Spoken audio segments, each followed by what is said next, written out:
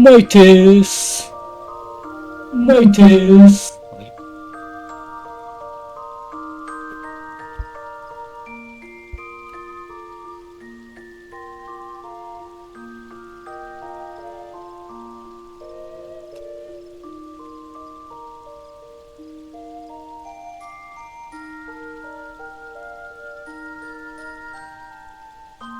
モーさんとカズヤンイズナウリブ、ストリーミングファイナルファンタジー14オンライン、シャープ 7FF16 に向けて、雷神ラムーチャマから難民問題など、第7西暦ストーリー1、ひよこの FF14、PC 第130回、強くてニューゲーム。はい、ぼちぼち始めます。どうも、モッサンとカズヤンです。本日もよろしくお願いします。ひよこの FF14、強くてニューゲームやっていきます。前回は、2.1 始まりまして、第7世紀ストーリー1始めまして、だいたい、2.2 が終わるところの 2.3 が始まっちょっとやったぐらいですかね。はい。ウルダハン難民問題をちょろっとやった程度ですかね。2.1 は、あれですね、モグリモグ12世と戦って、2.2 では、リバヤさんか戦って、で、次はグリダにやってましたんで、ラムーチャマだと思います。早速始めます。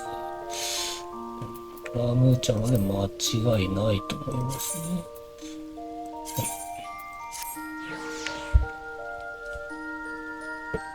いや、今日、アライアンスでダンス会行ったんですけど、やっぱあれですよ、ボイのボスの BGM かっこいいっすね。あれ、FF16 はあのぐらいのなんか BGM 欲しいっすよね。そのメロディー寄りのなんかかっこいい BGM 欲しいっすね。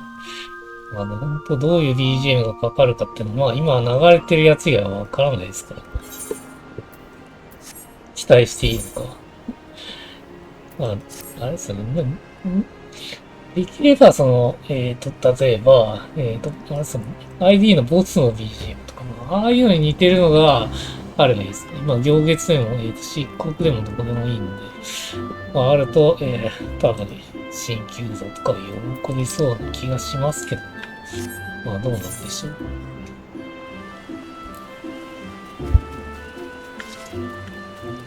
そんな、もやしながら、今日の頻度は向かいます。どうするんですか。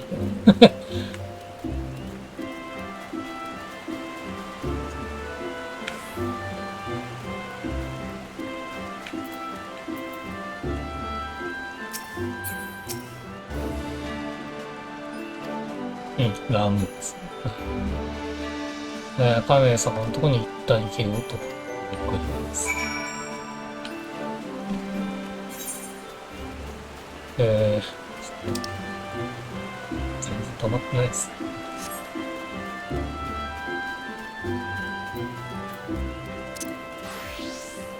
しばらく踊り子でいっかな。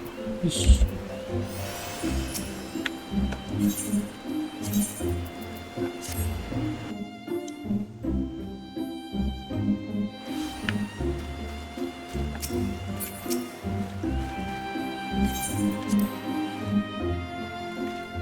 まあ、個人的に好きなのは 2.5 です。2.5 は結構好きなんで、その辺まで、まあ、今日は多分無理だと思いますけど、2.4 ぐらいまでいければいいですかね、今日は。4が終わるぐらいまでいけるかもしれないです。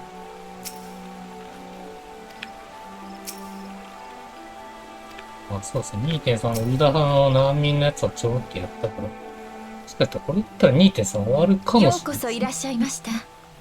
お話というのはシルフ族の件なのです。少し前の出来事でした。私は森の大精霊の声を聞いたのです。それは万神ラムーの権限を告げていました。ちょっと待って、なんか重いっすね。ちょっと待って。重いっすね。ちょっと待って。重いっすね。ちょっと待って。重いっすね。ちょっと待って。重いっすね。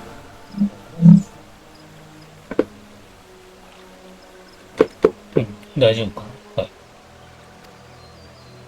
そしてつい先刻のこと、狩宿よりシルフ族の使いがやってきました。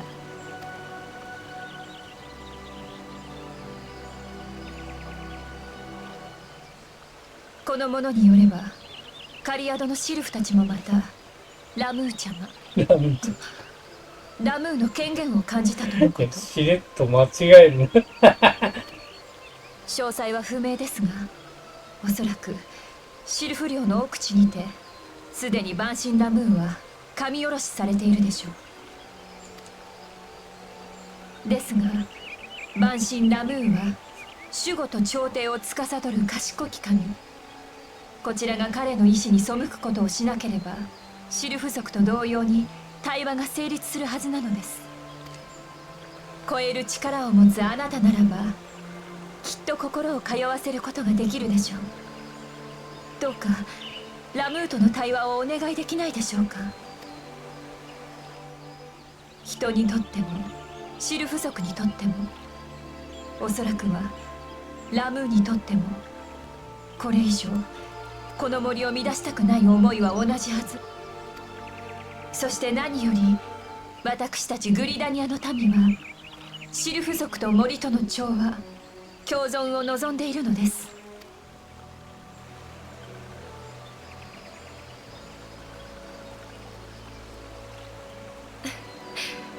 感謝いたします。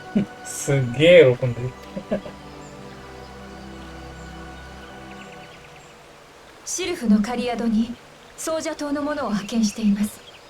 詳しい話はその者からお聞きください。はい。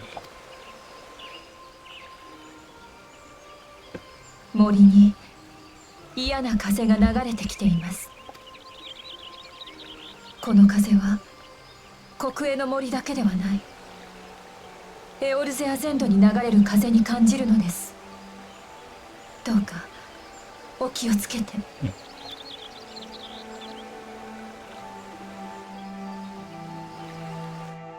まあ、東森林の行ってないエリアですよね、東側の。あっちに行く流れになるんだと思う。あっちに行く流れになるんだと思います。シルフカリアと、もう現地で。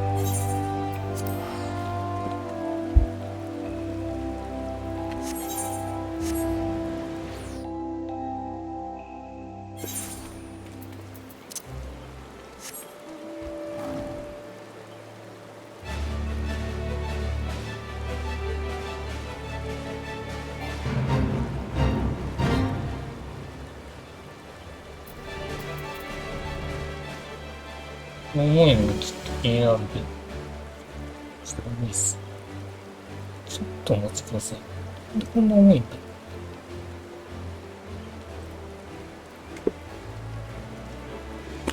音出てるかも。見てきます。そう。ち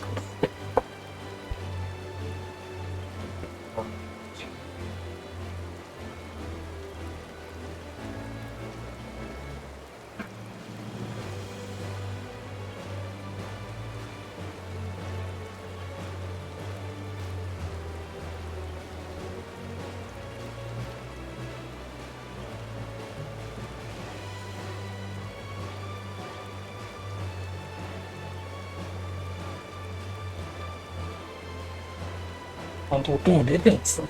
いいです。はい。よし。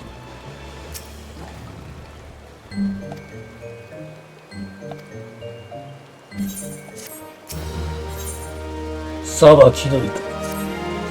早速来るんですかね。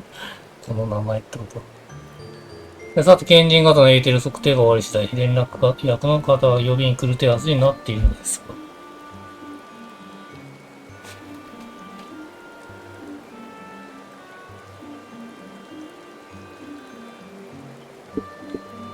連絡 F 値。賢人たちのエーテル測定が終わって、ラーメン茶までの場所が分かった F 値。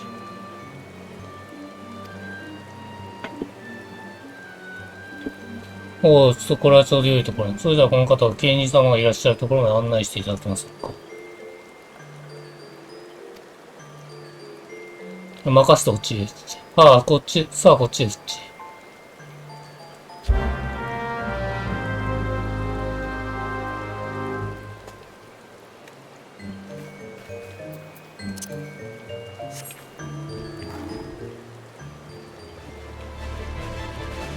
あれですね、俺の PC が今かなり重いぞと。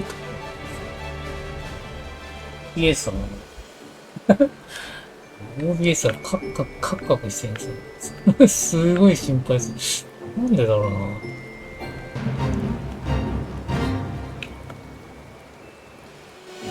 おそらく容量が僕してきてるかもしれないですね。バックアップをそろそろ取らねえとな。こうね、パンパンなんですよ。ハードディスクの部分。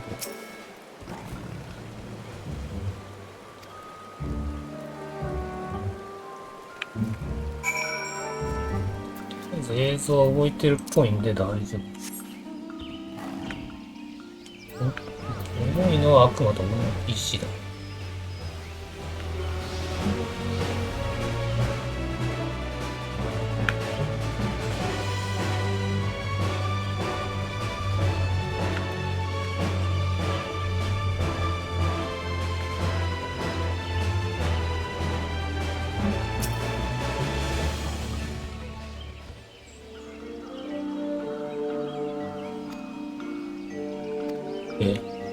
あとは任せとけー。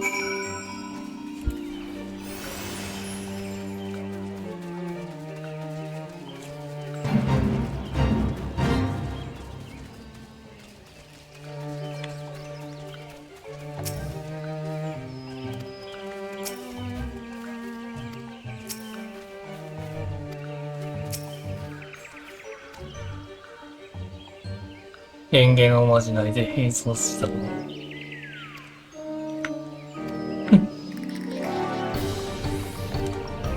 あ、ちょっとその、あれですね、クエスト多分これカットされてんな。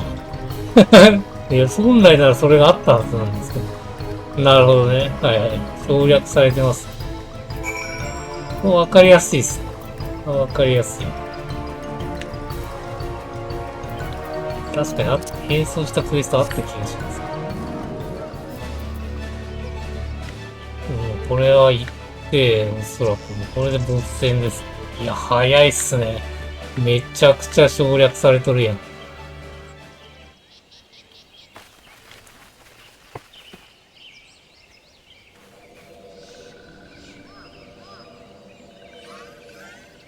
悪い、悪い、フッチ。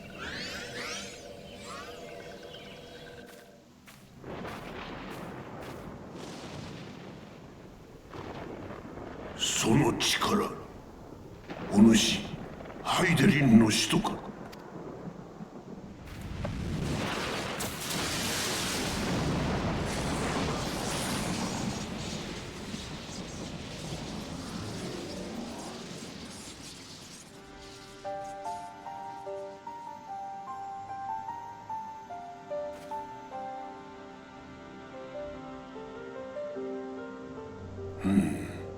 イフリート、タイタン、ガルーダ、それにリヴァイアソン。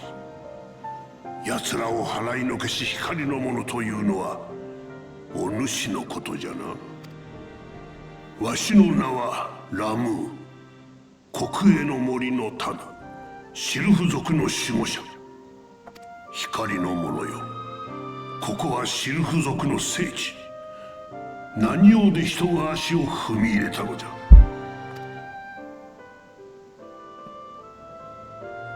グリダニアの民は調和を望んでおるというのか。人とは核を身勝手なものか、まっこと愚かじゃ。お主にこの者たちの願いがわかるか。ただこの森で静かに暮らしたいだけなのじゃ。しかし人はその小さな願いすら阻害する。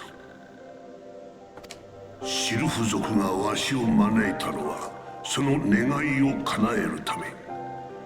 そこまで追い込んだのは貴様ら人の仕業なのじゃぞ。シルフ族にとって人は人、たとえグリダニアの民が自然との調和を重んじようと、一方で帝国の民は森を侵し続ける。結果的に人は森に汚れと争いを持ち込むだけじゃ。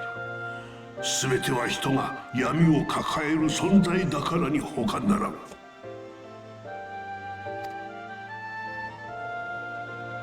そもそも人はいつから闇を抱えるようになった？資源の時、そこには光も闇もなかった。まさか人が人たるために生まれたというのか。ならば人がいる限りこの世から汚れと争いがなくならぬ道理よな。なぜなら人が生きるために必要なことだからじゃ。光の者よ、それでも貴様は人として調和の道を歩むというのか。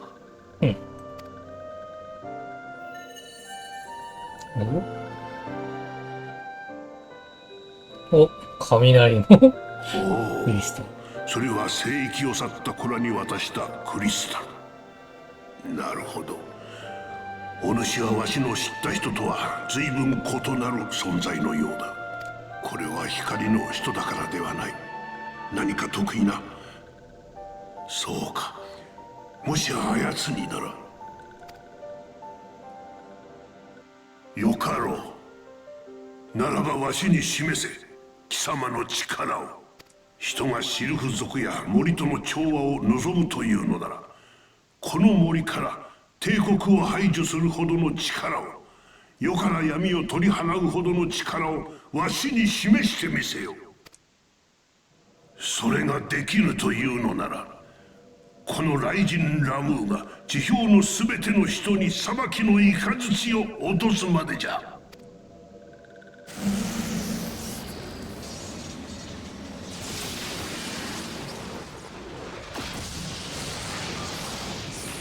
まあ、要は戦いってことです。来るがいい光の者よ。裁きの地にて貴様を待っておるぞ。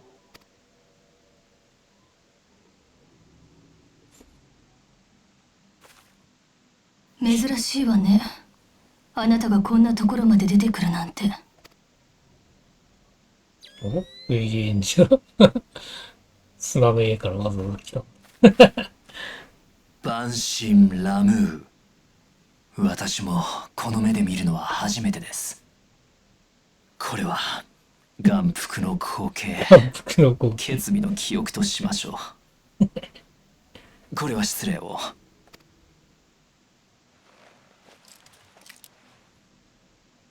いやいや、それのどうしても下にグラサンか。調べたいことがあるのです。この機械仕掛けの眼を通し、雷神狩りを拝見させていただきましょう。絶対見えねえだろうね。それの下にグラサンは。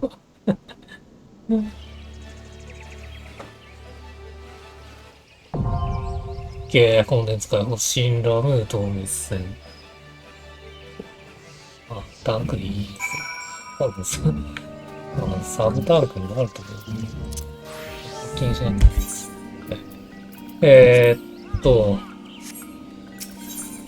新ラムー。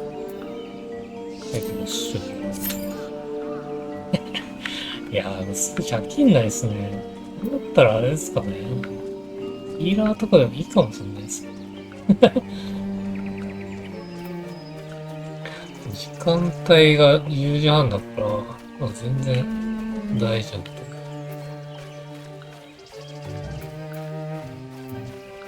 いやー、しかし早かった。結構いろんなサンケースあった気がしますね。まさかの現地直行でしたね。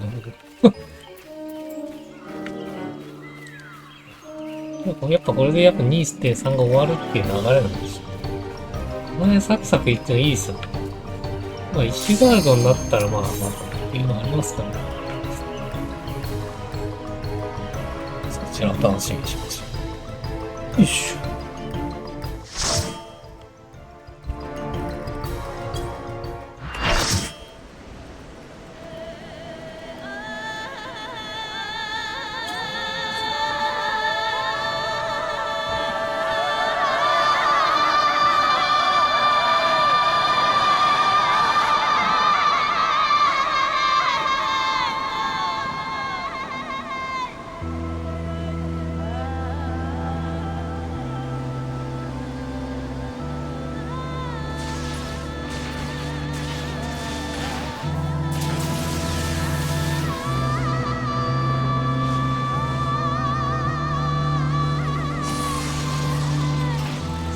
こいいっす。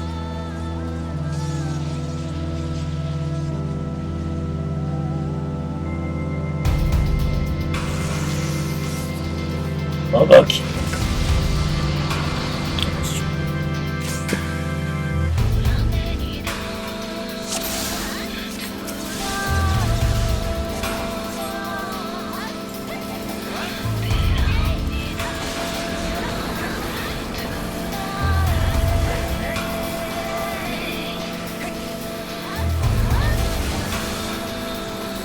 まあちょっと前にやった方に出てます。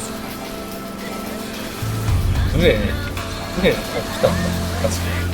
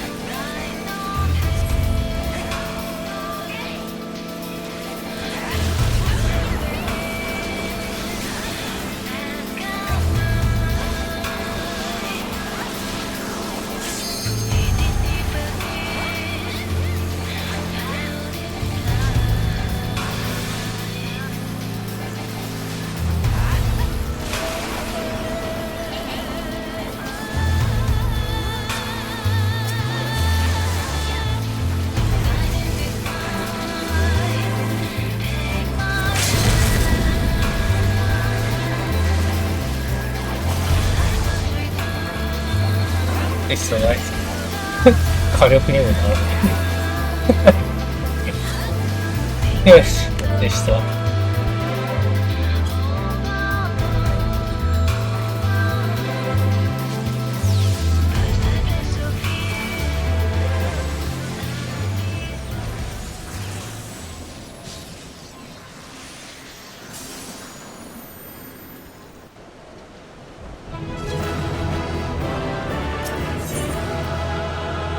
まあいいっすね。かっこいいっすね。よし、行きましょ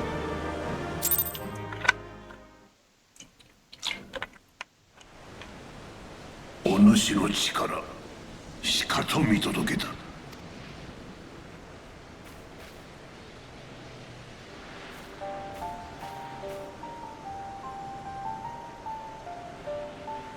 光の者よ、気づいておろう。人が抱えし闇は全ては人がまいたものならば、その力をこの森のため、エオルゼアのために履行してみせよ。世との調和を求めるのなら己で勝ち取ってみせよ。得意な存在であるお主ならばそれも叶おう。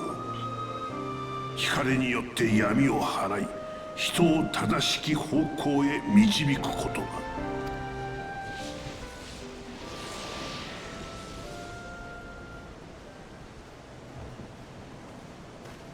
さすがは光の戦士。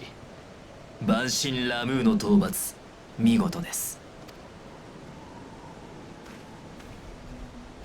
なんかしに来たんですね、上に。私もあなたの戦いを拝見してたどり着きましたよ。アシエンだ。なるほど。アシエンを完全消滅させる手がかりに。まずは戻りましょう。後ほど石の家にて報告いたします。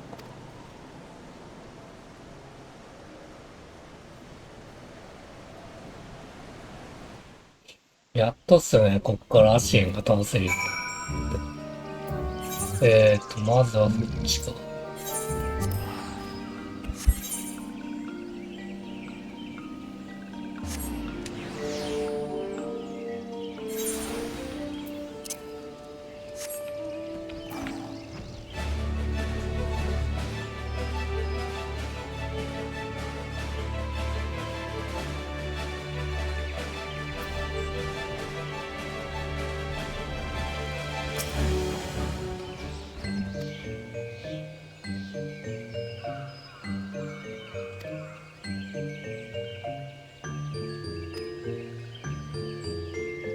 これはカメル様のとこに行く流れですか。帰りしかめ巡りし魂。ですよね。ですよね。なんか、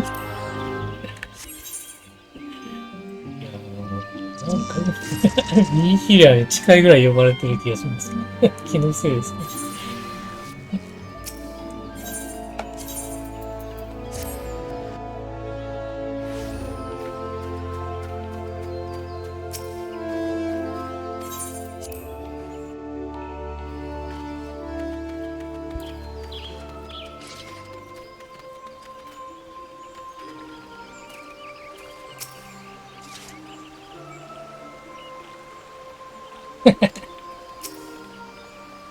いや、誰も役に立ってないですね。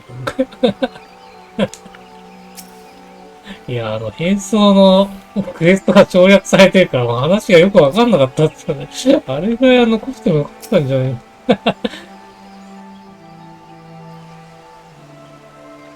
冒険者殿、ご苦労様でした。先ほどソージャ島の者より報告を受けたところです。結果的にバンシン・ラムーと刃を交えることになったとか。本当に無事で何よりでした。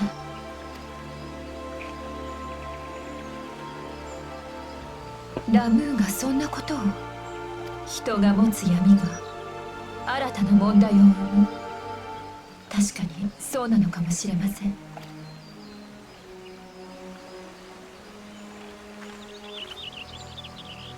カルテノー平原のアウトロー戦区、そしてウルダハを発端にエオルゼア全土に広がりを見せている難民問題。先の帝国との戦い以降、エオルゼアは統一どころか以前にも増して人の闇が表面化し、争い事が増えているように感じます。第七零祭の復興が一段落し、人々は共通した目標を失いつつあるのです。だからこそ人々の意志を一つにし、神聖したエオルゼアを生きていく必要がある。グランドカンパニーエオルゼア、人と人とは分かり合うことはできないのでしょうか。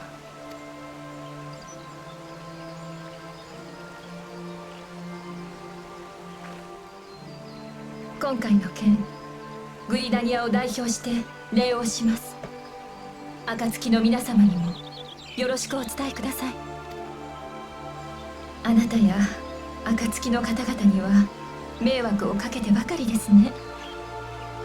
この国を預かる者としてもっとしっかりしなくては。うん、オッケー。これ石の家に帰る流れです。万神ラムーが収まったというのに、森に流れる嫌な風が消えないなんて。森の精霊たちよ、この地に何が起ころうとしているのです。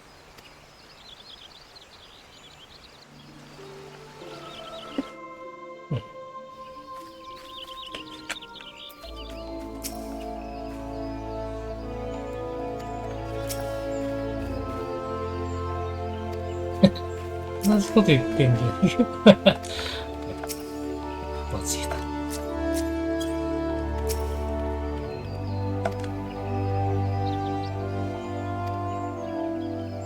早速石の家に戻ってこの一挙をまとめよう。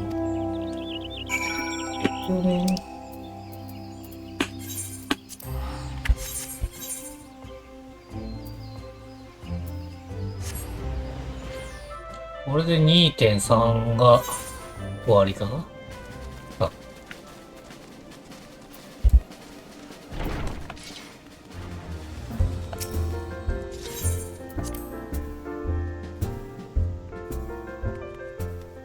そう考えるとめちゃくちゃ短いっす。2.3。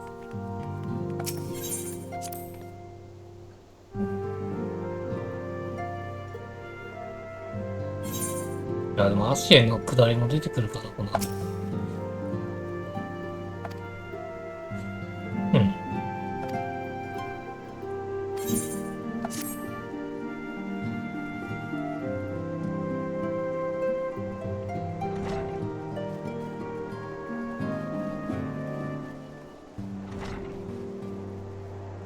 みんな揃ったわね。ウリエンジェさん、お願いします。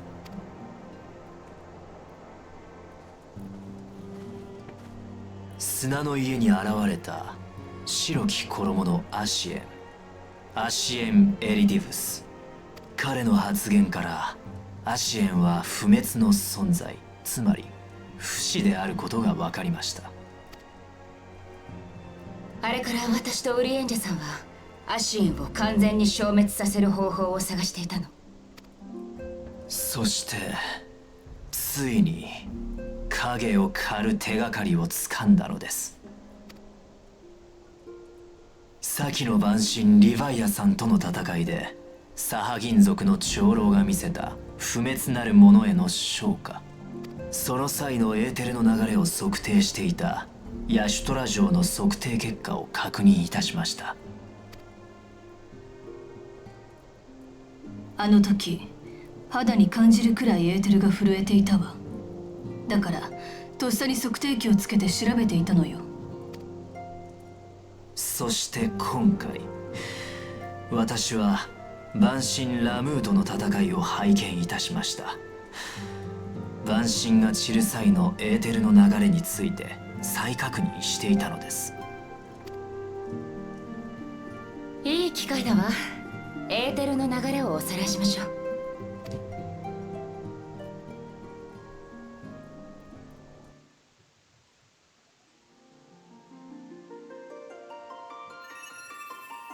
私たちが生きている物質界で生命が死ぬと、通常その魂であるエーテルは砕け散り、エーテル界へと帰ります。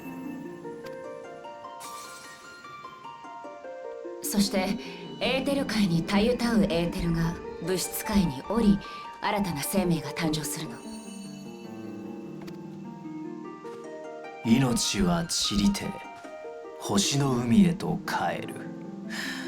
これぞ神々が定めた命の断り。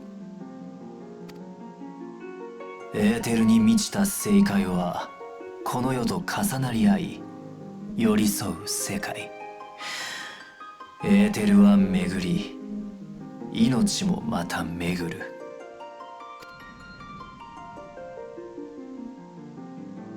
だけど晩神は例外。地に満ちたエーテルであるクリスタルを食らう晩神は、その肉体までもがエーテルで構成されている。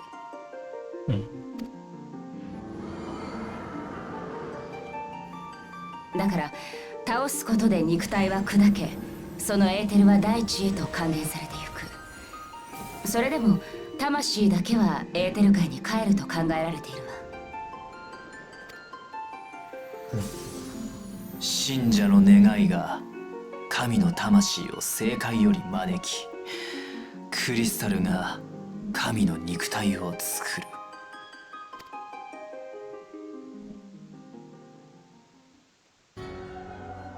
だけど不滅なるものはどちらの例にも当てはまらない。確かにサハ銀族の長老が提督に撃たれた時、一塊のエーテル界が漂い、別のサハ銀族に乗り移るのを確認したわ。肉の体持ちて死して知らぬ魂を持つ者。確かに微妙に違いますね。なるほど、それが不滅なるもの。サハ銀族の長老のやったことか。では器がそばにない場合、魂はどうなるんだ。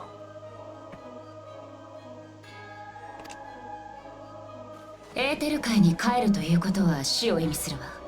だから不死である彼らの魂はエーテル界に帰っていないと考えられます。彼らは逃避する。暗き輝きの道を開きて正解の渚へ。そう、つまりは物質界とエーテル界の狭間のような場所に退避しているのではないかということね。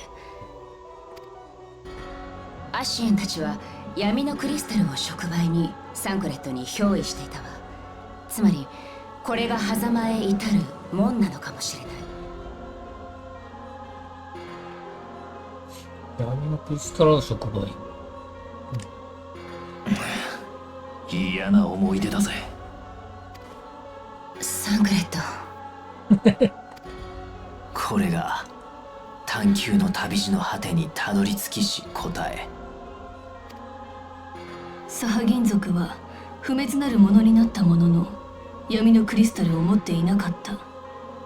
だからリヴァイアさんに食われたってわけね。そうか。だったらアシエンを倒した時に魂のエーテルを逃さず、リヴァイアさんのように吸い込んで捕獲してしまえば。なるほど。バックするっての大きいですね。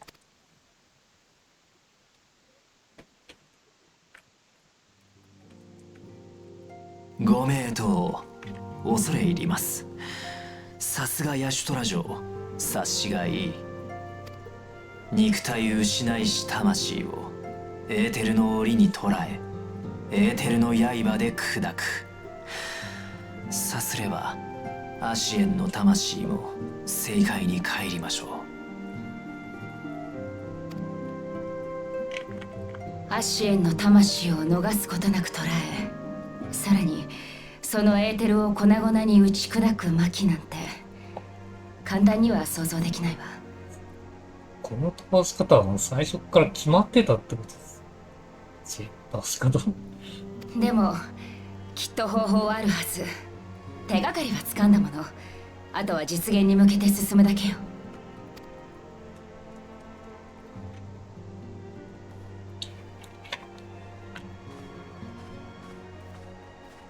う。では私は早速これらの現象を人工的に起こすことができないか、シャーレアン本国の賢人と共に検討に入りましょう。ええ、よろしくお願いします。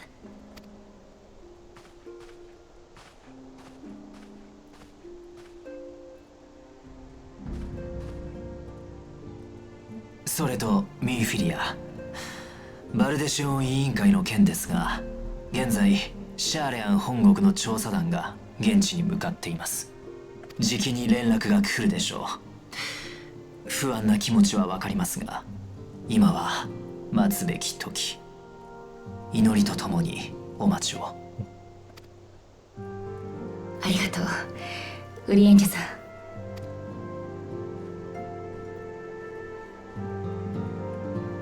バルデシオ委員会のキーション系のもういいのかな。アシェの倒し方が決まったかな。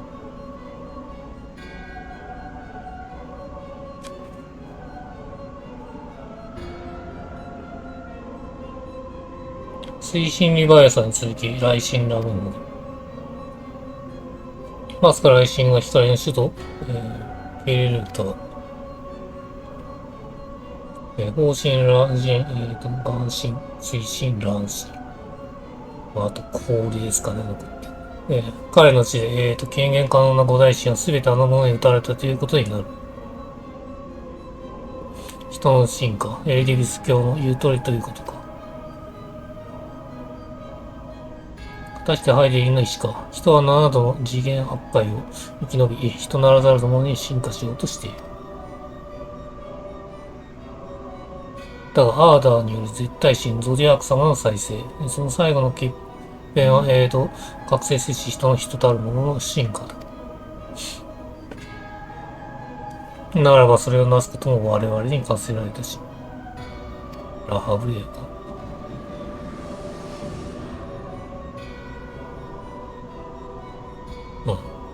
彼女エルザが神々に愛される理由。そのために新たな地を人に与え、新たな神を導く。すべての世界を一つにし、原初の断りを得るため。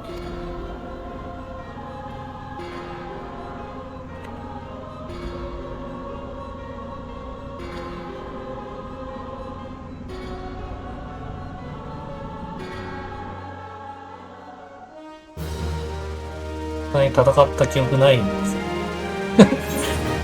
支援の数って全部記録しといた方がいいのかな。どこで戦うのか。立ち上がるし。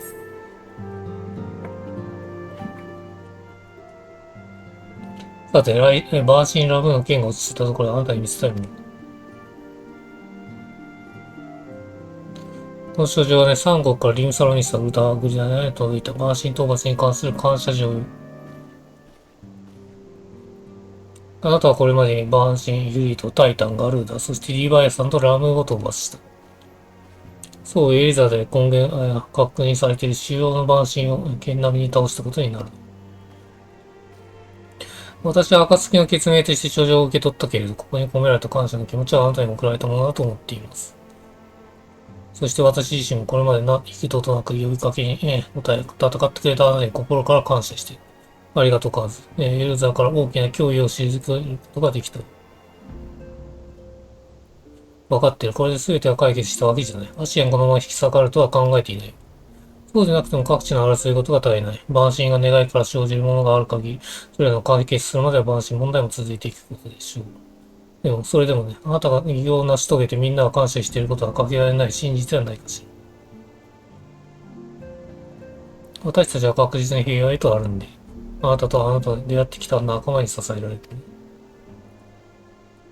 例えばあなたが信頼の絆を結んだという蛮族たち。蛮族と人との共存を願うもの。アリゼイがダイナ霊祭の真相を暴くために何か重大な調査をしていることも聞いている。そっか。アリゼイは完全に放置してますね。そしてシドたちはアルテマウェイポンの過ちを繰り返さない古代アルテ文明の遺産を研究しているという。あれ、シドって、なんか、何ですかね。クリスタリウムなんですかね。もちろん私たちも負けていられない。暁の決明しかできないアシエン問題の解決。必ずやり遂げてみせましょう。素晴らしい意気込みだ。古文なら私がいくら、しばらく席を上げても何ら問題はなさそう。あ、アルフィノさんだ。アルフィノ、ウルダーの方はもういいの？多少の影響も残っているもの、暴動自体はおおむね沈静化している。その件について君に報告をしに来たんだ。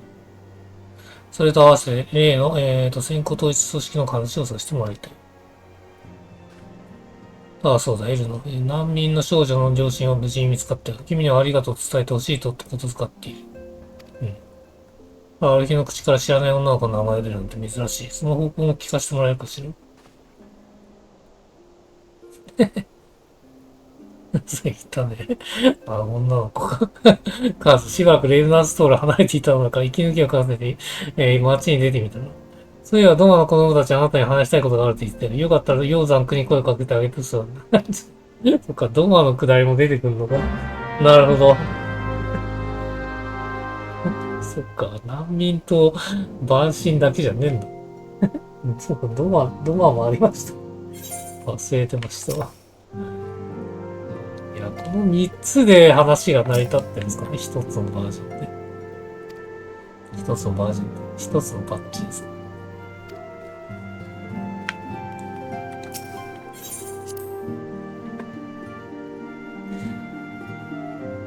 あれですね、夕霧はまだ多分リムサロミーさんにいる。あれですよね。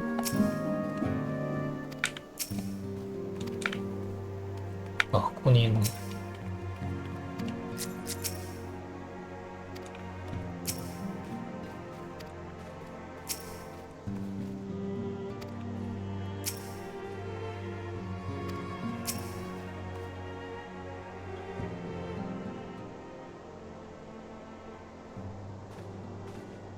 あ、兄ちゃん帰ってきたんだ。聞いたぜ、万神っていう強い敵を兄ちゃんが倒したの。やっぱり兄ちゃんすげえな。俺たちも兄ちゃんみたいになりそうですよ。ドマのみんなは組織を作ったんだ。その名もドマ冒険者団だ。なあ、兄ちゃん、ドマの冒険者団に稽古をつけてくれよ。俺たちが早く強くなりたい。あ、メインクレイでやるんだ。これは随分賑やかですね。お、ホーリーボールだ。あ、ホーリーボールだ。クルトネも。お疲れ様です、ヤンさん。少し前に暁の一員として迎えていただきましたが、こうしてきちんとお話しするのは初めて。うん、そうだ。ホーリーボールだとクルトネともに冒険者です。今は身近なドマの子供たちの武術師な目標と思っています。もう子供たちじゃなくて、もうドマ冒険者なんて呼べって言ってるんです。なあ、ホーリーボールだ。今日の稽古は兄ちゃんにつけてもらっちゃダメかな。兄ちゃんに実践を教えてもらいたいんだ。あ、ちょっと待って、これ。ホーリーボールだと実践するっていうのはこれ。うん、その心意気はいいですか？君たちとヤンさんで力の差がありすぎる。実践と呼べるものになるかどうか。かわいそうですね。私が君たちの前でヤンさんと手をする。お前がやりたいだけですけどね。おいおい、それは単にお前がヤンさんと戦いだけだけだろ。まあそうだ。ああ、そうとも言います。しかし子供たちにとってもいい機会になるのは間違いないでしょう。どうでしょう、ヤンさん。私と手をしていてはいただけないでしょうか。選択肢でね。しょうがねえ。あ、ホーリーボールだが兄ちゃんに下克上する気だとすげえドマ冒険者だが今すぐ応援に出動。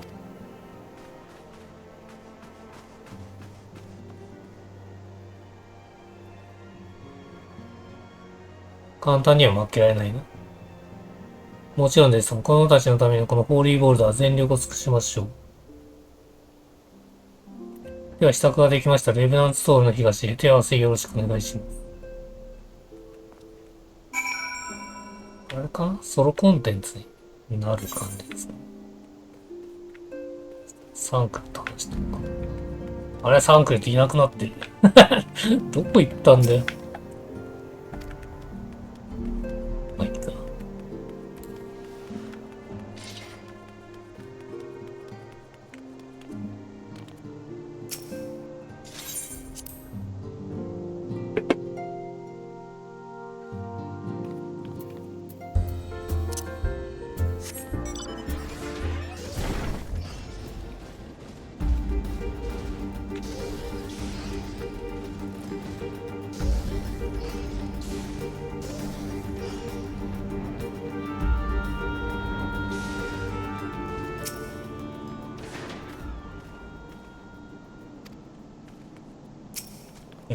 やっぱりソロコンテンツですね。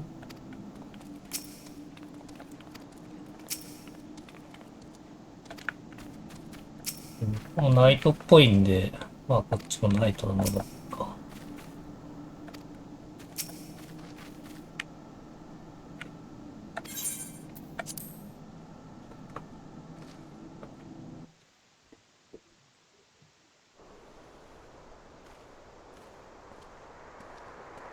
準備はよろしいようですね。では早速手合わせを始めましょう。ホーリーボールだ。本当にお前一人で戦うのか。相手はヤンさんだぞ。ヤンさんだからこそ、まずは一人で挑ませてください。この方の活躍をし、暁に入ることを決意した。そしてこの方を目標として努力してたからこそ今日の私があるんです。わかった。しかしこれは子供たちの稽古も兼ねているんだ。すぐに終わってしまいそうであれば私も加勢するから。おいみんな。賢人来ました。イダさん、その方は一体。面白い手合わせがあるっていうからみんなにも声かけてきたんだ。観客が多い方が盛り上がるでしょ。ああ、まだまだ来るぞ。カーズの名前を出したらお嬢さんの方まで悔しいくらいに食いついてきた。野球勢この人気者を光の選手としてきっちり勝利を収めてくれる。賢人は応援してくれるんだ。ホーリーボールだって俺たちの指南役なんだ。そう簡単には負けないぞ。頑張ってね、ホーリーボルダー。それではいざ尋常に勝負。なんで FF2 の BGM なんだネタ系この BGM 多いんですよ。もう倒れてんじゃねえか。さすがです。これが激戦を超えてきた英雄の力。ホーリーボルダー負けちゃうの？まあだ、僕たちの先生は強いんだ。このたちの言う通り、この戦い終わらせてしまうねよ、まだ。こっから私も参戦しましょう。立て、ホーリーボルダー。そうきたか。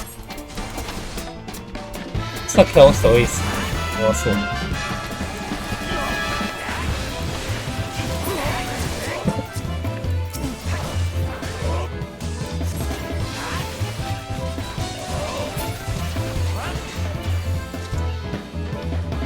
ああ、また倒れそう。やっぱり兄ちゃん強い。でも気合い見せろよ、ホーリーボルダー。そうだ、私はまだまだ負けるわけにいかない。うおあ、そうそう。で、その戦い、一応な、受けてみせましょう。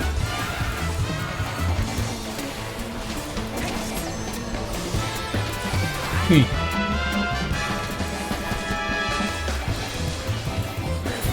オッケー。591しかくんねえのかよ。いやー、しょっぱいな。ああ、やはりあなたは強い。悔しいですが、乾杯です。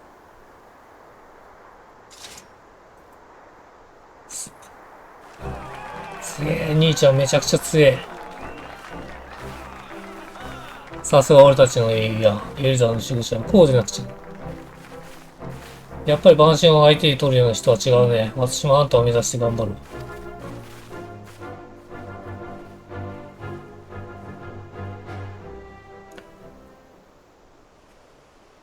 そっか。なんすか、レグナンストールの表にしたい人たちも応援に来てる。基本的には冒険者の集まりですね。では、さっき拝見させてもらったよ。君の戦いに立ち会うのは久々だったが、相変わらず見事だ。これまで君はその力で多くの脅威を退けてきた。今の観客たちの言えば、それこそが君が戦ってきた結果だろう。エウザの守護者か。なるほど、君にふさわしい称号だ。君に初めて声をかけたことを覚えている。カルデナの戦没者追悼指定のことだ。あの頃私はエルザを見定めようとしていた。祖父ルイザは命を懸けてまでこの地を守った理由、それを探していたの。正直に言うと最初は価値を見出せなかったよ。問題山積みなのに解決の算段がまるでついていない。愚かで未熟な人々だと思った。暗算上見れば帝国の将、ガイウスが抱えた市場に、心惹かれるものがあってでもおかしくはなかった。結果的には武力行為の、強行策で問題視された問題外だったわけだ。ユーザーを守るのこそ、祖父の意志。そう言い聞かさなければ私はどっかでこの地に見切りをつけていたかもしれない。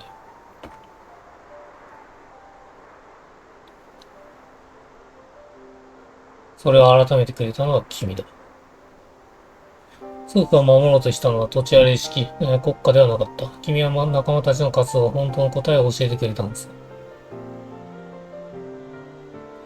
ユーザーの人々は様々な問題に引くじけながらも足を信じ、何度でも諦めずに立ち上がる。そうして踏み出されない尊い一歩を祖父は愛し、共にしたいと願ったのではないだろうか。それは今や私の願いでもある。私もまたエルザの守護者となるこの地に生きる人のために。とはいえ各地で起きている問題を解決するには今の暁の決命の規模ではあまりに小さすぎる。本来の目的である万神問題、そしてアシエに注力するためにも国という教会にとらわれず行動できるさらなる組織が必要となるだろう。その組織を建立するため、君の力を貸してくれないか、詳しくは医師の家で話す。来た。組織の設立って言ってます。ついに来ましたね。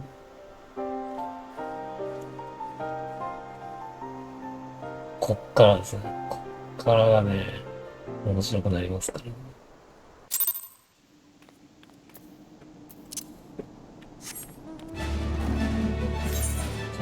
してはかなり好きなんです。この辺の話が多分、楽しめないと、私、チームと楽しめない可能性は高いですよ。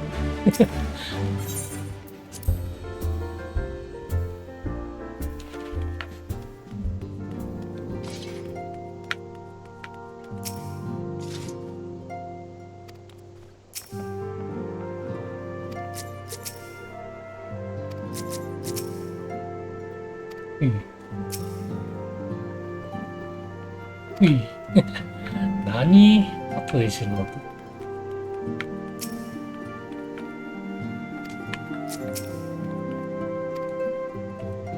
いや、めちゃくちゃ人増えたな、ここ。軽く話してきます。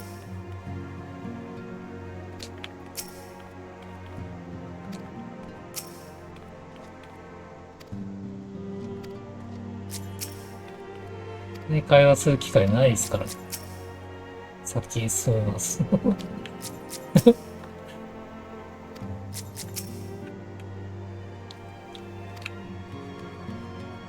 この時期はやっぱ一番賑やかです。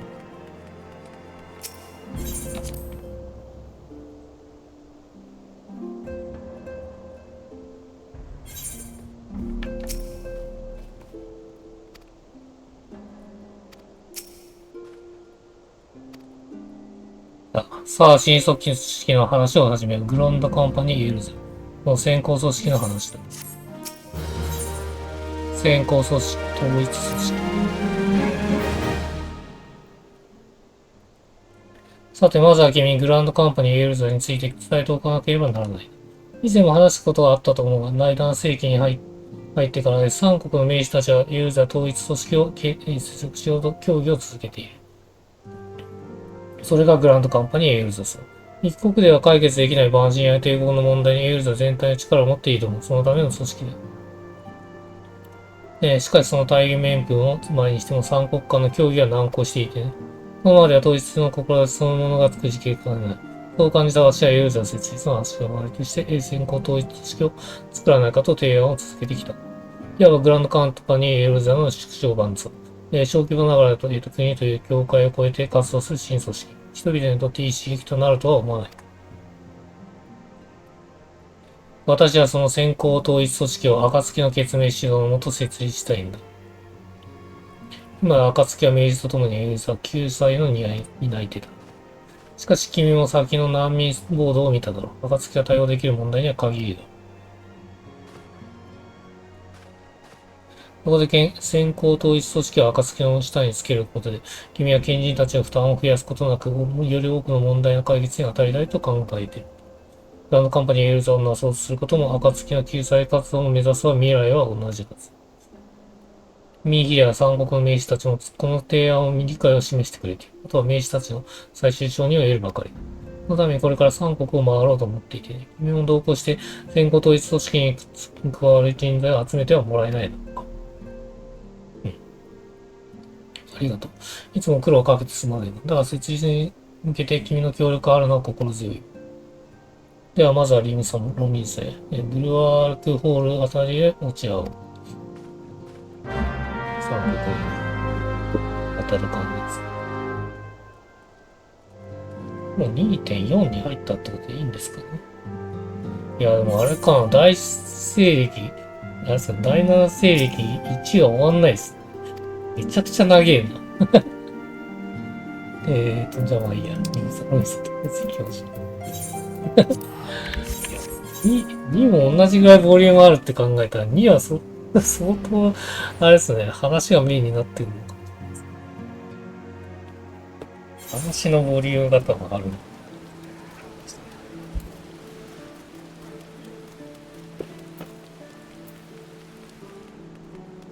第7世紀ストーリー1です。まだ半分に来てないってことです。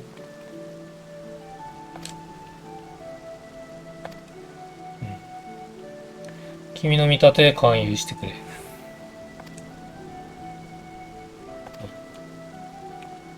まあ、誰を勧誘したかっていうのを覚えておくことを楽しみます。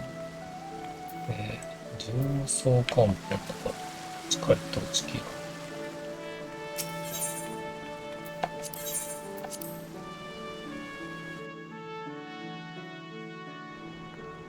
うわ、すげえいるわ。5人じゃねえか。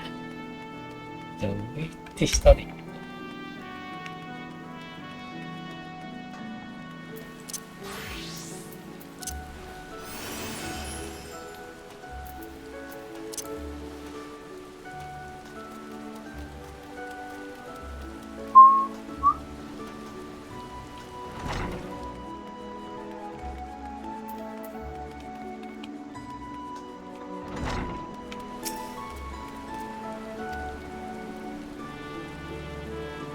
ここからは様子見ですと。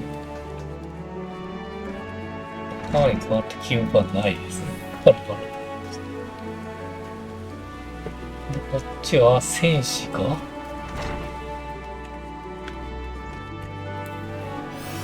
いいな。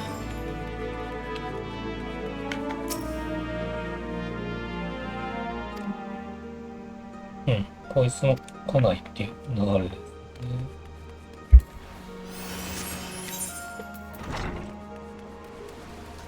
下の海賊のとかおそらく来ねえだろうけど、右とか下はどうだろう。上は終わってんのか。じゃあそこから冒険者ゲームの方に。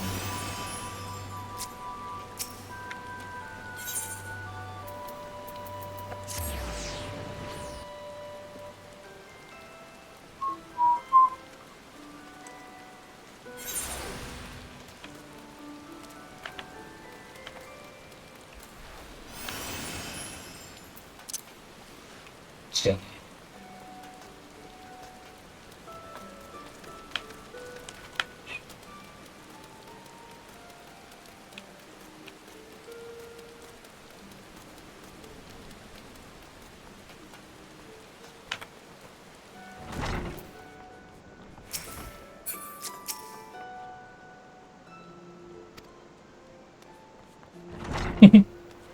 案の定断られて。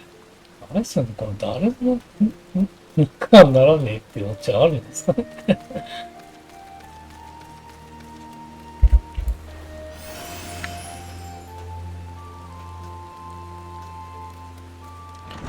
この中でいいの？あれいねえの？これか。あ、なんつうさ。なんつうさ、ギルドマスターだから無理でしょ。ああ。そりゃそうだ。こっから、しっかり行こ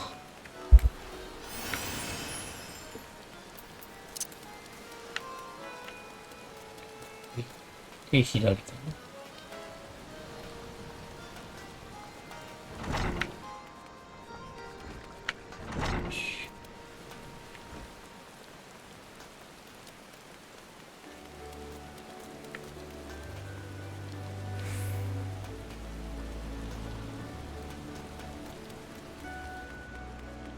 今んとこ誰もいねえともうここだけっすね。あ、リオルだ。あ、こいつは来るでしょ。こいつは来ますね。そうだ、タイタンの時。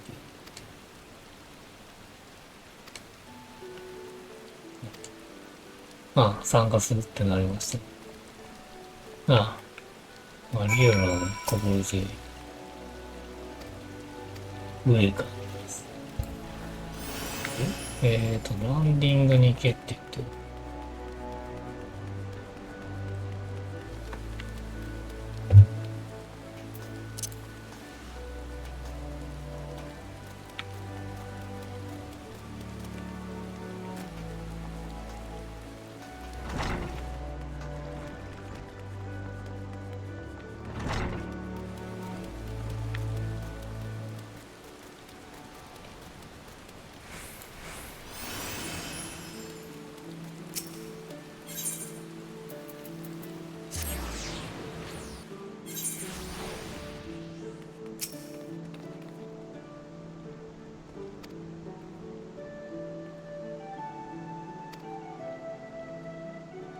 ユジャニはカーヌエさんだと。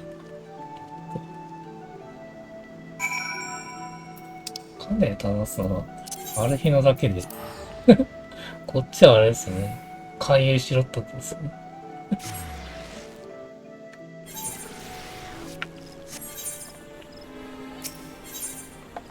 現実。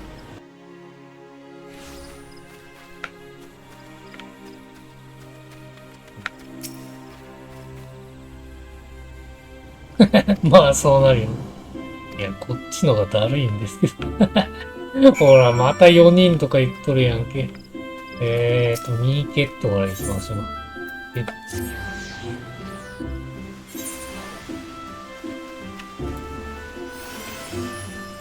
ローレンティス。こいつじゃねえか。うわー、こいつかよ。お前いつから捕まってたんじゃねえのかよ。あれですよ、2.0 出てきたやつですよね。帝国兵に、あれですよね。情報を売ってたやつですね。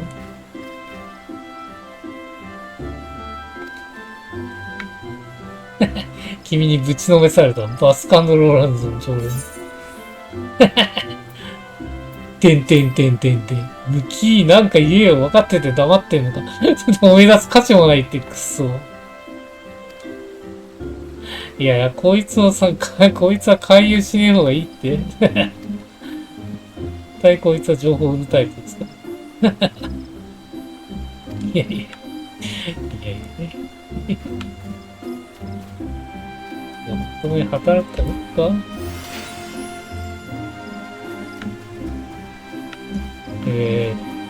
この上行くのか。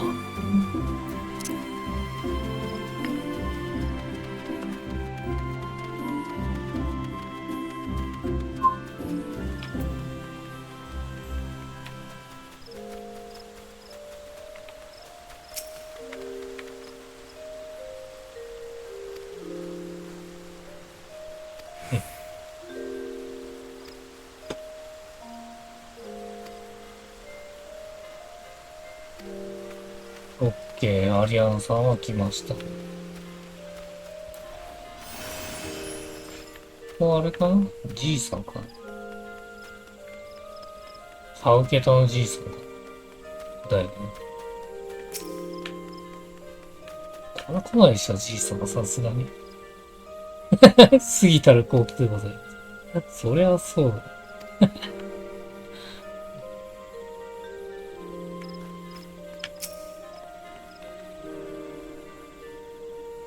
お嬢さんの罪に、と、使っているんです。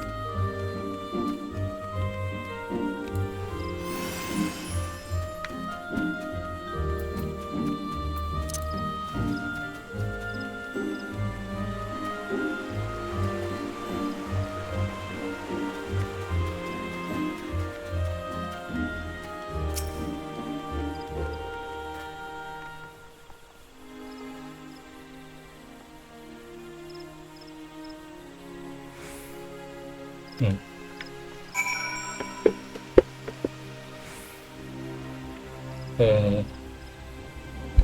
タイトル、変更形式。はい。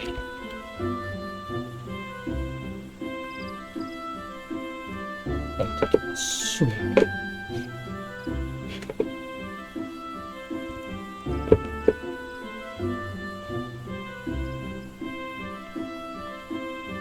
ウルダにはランディ。あとはウルダランに行くっていうの。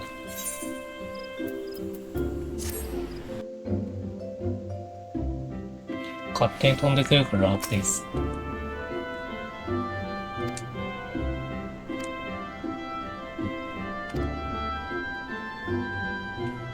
じゃあ飛んではくれるのか。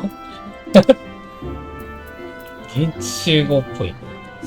なんかこっから飛んだ方が安上がりです。120です。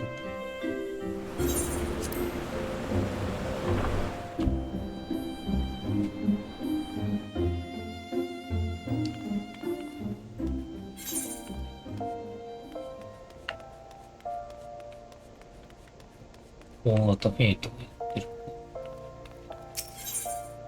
えーっと、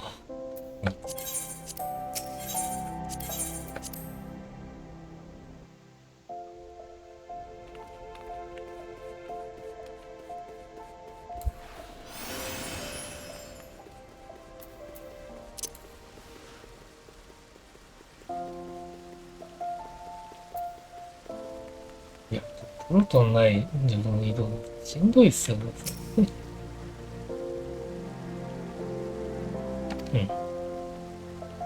うん。ザルカイルでかいし。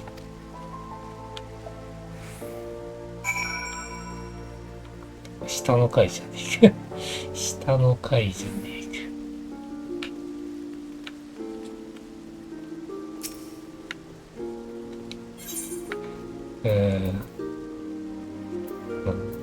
じゃあ、ここから行きましょうか。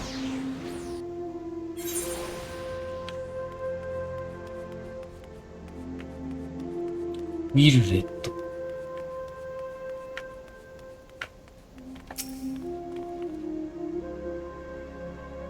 仮面の男を追ってきた。はいはい。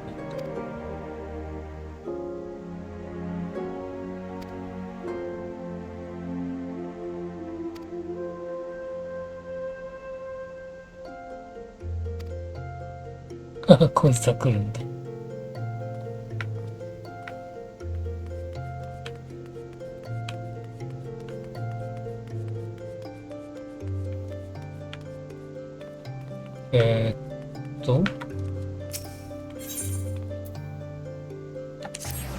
リトルアラミコのなんかやつ。あ。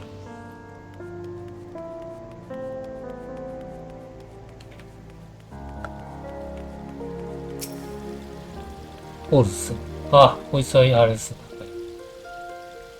かなり最初のとこですね。ID 終わった後に出会ったやつ。難民か。難民っていうか、教会の人か。今日もサンクレットさんと何かの調査ですか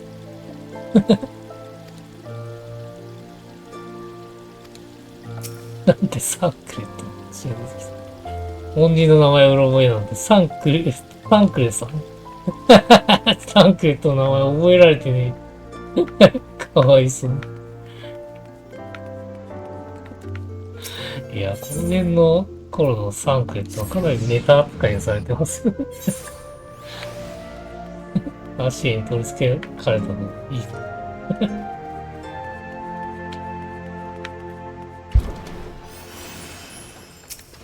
イエロームーン。イエロームーンは来ねえだろ、さすがに。イエロームーン困っちゃむーん。私はおめえは永遠にダーリンだけなのごめんね。ダーリンって誰？こいつの、このララフェのこと言ってんすかね、ダーリン。こっちかなよ、それとも。わかんねえけど。あとは、マーケットのとこに来た。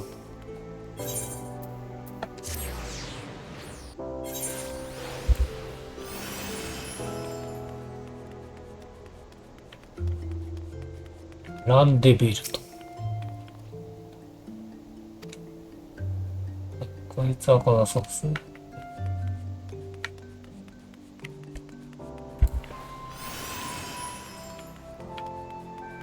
あれこっちか。最後、新とこ。これ店やってる人は絶対来ねえだろ。店やってる人じゃねえか。はい。ロイヤルプログラムが締めなんだ。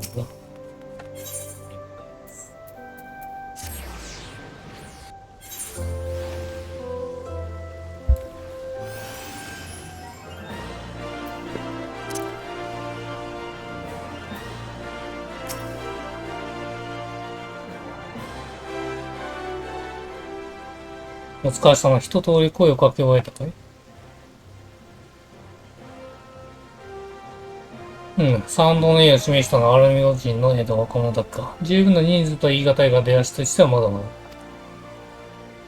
今は零細が明けたばかりの困難の時代。エルザの救済、理想を飾ったところで、雲をつかむような話だと感じるものも多いだろう。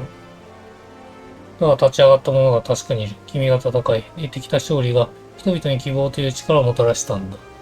ありがとう、ヤン。先行統一組織の、設立者として、君の繋いだ縁を大事に扱わせてもらう。こちらの七陛下から最終、承認を得ることができたはず。これで三国すべての承認を得たことになる。第一歩を踏み出すための人材も集まってきたし、財政面での準備を抜かりない。いよいよ組織の発足に踏み出しそうだ。ああ、探してるならね、資金提供について案じているのか。それなら問題はないよ。よく調査した上で信頼できる口から提供を受けている。さすがにこの規模となると、リビュー家の、資産だけでは引き上がるか。先行統一組織はまだまだこれからだ。当面よからぬ噂をされたり不安に思われるだろう。しかし、地道に活躍し、実績を示し続けていれば必ず人々からの信頼を得られるはず。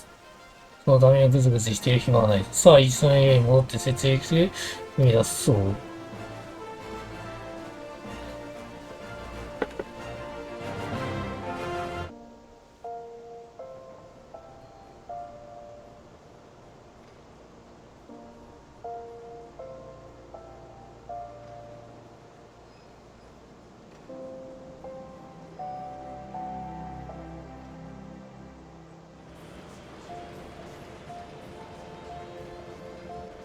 七もさ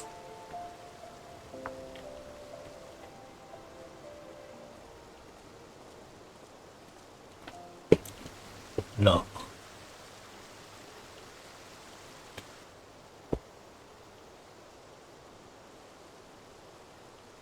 ラウバーン、アルフィノの動き、あれをどう思う？グランドカンパニーエオルゼアに向けた第一歩として先行統一組織を設立するという話ですか？アルテマウェポンという共通の敵を前にまとまりかけていた統一グランドカンパニーの話も父として進んでおりませんからな。さまざまな問題を抱える現状を考慮すればアルフィノ殿が先導し再びきっかけを作ったことは喜ばしいことではありませんか？表で協力を謳いながら裏では争いを続けている。どこの国もウルダ派と同じか。ラウバーン、わらわはあの組織をあまりよく思っておらんのじゃ。あれには各国のグランドカンパニーの精鋭たちも参加し、武力に特化した組織となっておろう。な。暁の管理下とはいえ危険ではなかろうか。それにな、あの組織の設立にサカツ州から資金提供があったことが気がかりなのじゃ。いつ奴らの私兵となるやもしれん。しかしながら七も様、我らは暁に蛮神問題を肩代わりさせてきました。戦力増強を求める彼らの声を無視することもできますまい。加えて資金提供はサカツ州のみにあらず、九段のサカツ州からの資金もロロリトラを通していないきれいな金です。それにあの冒険者がいる暁なのです。間違った方向に走ることはないでしょう。そう、あの者たちならばな。しかし人は移ろいゆくもの。その気はなくとも時の流れは人の意志すら動かすのじゃ。荒野に舞う砂塵のようにな。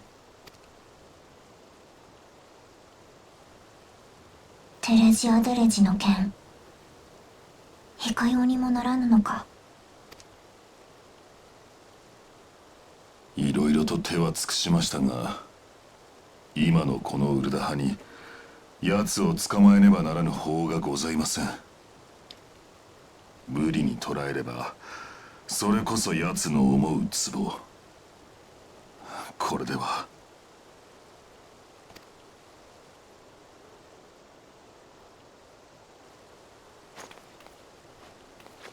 奴がしでかしたことは明確なのに捕まえることもできるのか。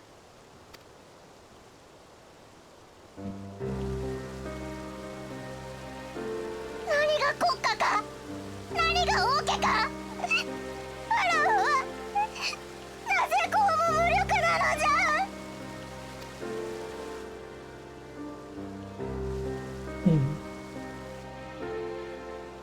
頑張れ七尾さん。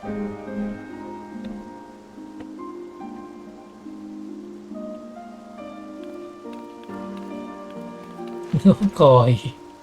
かわいいなぁ。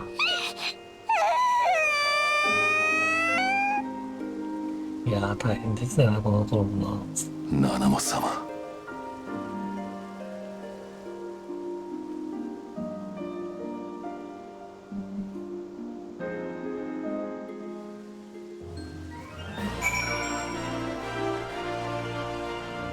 までしっかり感じるのは初めてかもしれないですね、この頃。じゃあ一緒に戻りましょう。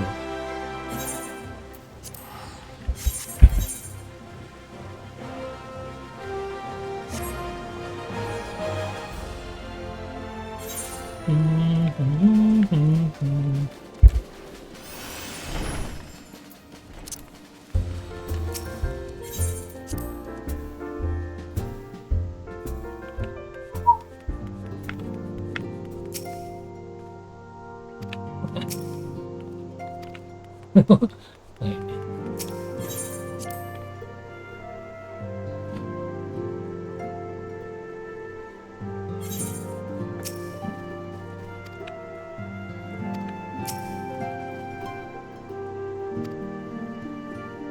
で、一律の宣言を残すのみだが。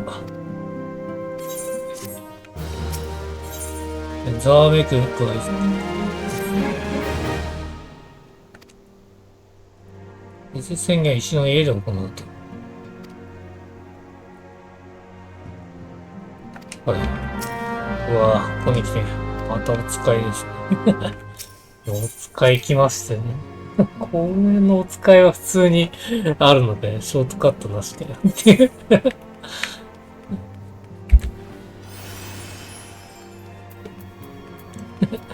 ラムーンとか見事にショートカットしたんだよね。2.1 もあれですね、クエストが10個ぐらいなんかなくなったっぽいですね。だいぶ削ったと思いますね。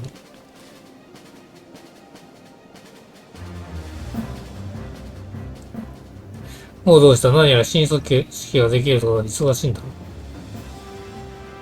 う。はは、この程度の人数が増えたところでそうはもらえんよ。むしろいつもより活気があっていいくらいだ。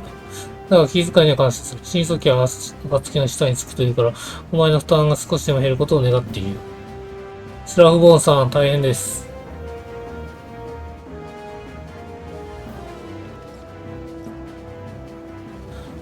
開拓団の、物資輸送隊か。その傷は一体どうしたこと？それが私たち、開拓団宛ての支援物資を扱ってレバノン島まで運んでくる予定だったんです。けど、モーザーに入る手前、クーザスの陣営で、異端者らしき集団に強襲がありました。異端者ってことはクーザスか。はい。クーザスって言ってますね。どうにか逃げ足が来たまま、物資はごめんなさい。物資はすべて異端者に奪われてしまったんです。事情は分かった。まずはお前たちが無事で何よりだ。人を呼ぶから手当てを受けるといい。でも問題は支援物資だが、物資が異端者の手に渡ったせいで、開拓団だけの問題ではなくなる。石川さんに連絡が必要かもしれない。奪われた支援物資はどこからのものだ。石川のフォルタン家、キャンプドラゴンヘッドから運んできた物資です。あれですね。オルシュワンですね。なるほど。ならば、なおさら連絡しないわすきにはいかない。いや、お前は確かフォルタン家の騎士との進行があったな。彼のうちに開拓官が今すぐ伝令を送る。その上でお前も現地を向き力を貸してやってはくれないか。きっとね。お前が忙しいのは事実をしている。だが半端なのを送って被害を広まるようにした石原との関係は悪化しかねない。頼まれてくれるかありがたい。では早速キャンプドラゴンヘッドへキャンプを預かるオルシュワン卿を訪ねてくれる。確かね、これぐらいかオルシュワンは、ノイスが、確か適用されてたような記憶がありますね。確かここだった気がしますね。楽しい。非常に楽しいです。いい。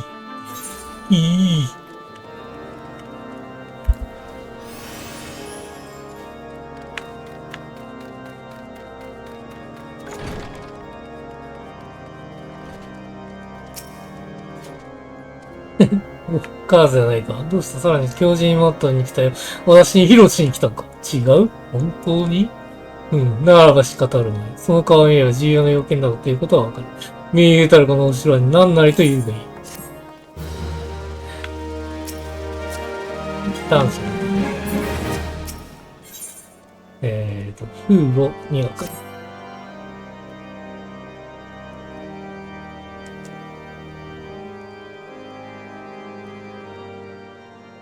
なるほど。来た。開拓団の件で訪ねてきたのだな。皆まで言うな。それだけ分かれば十分だ。来た。ボイス実装ありがとうございます。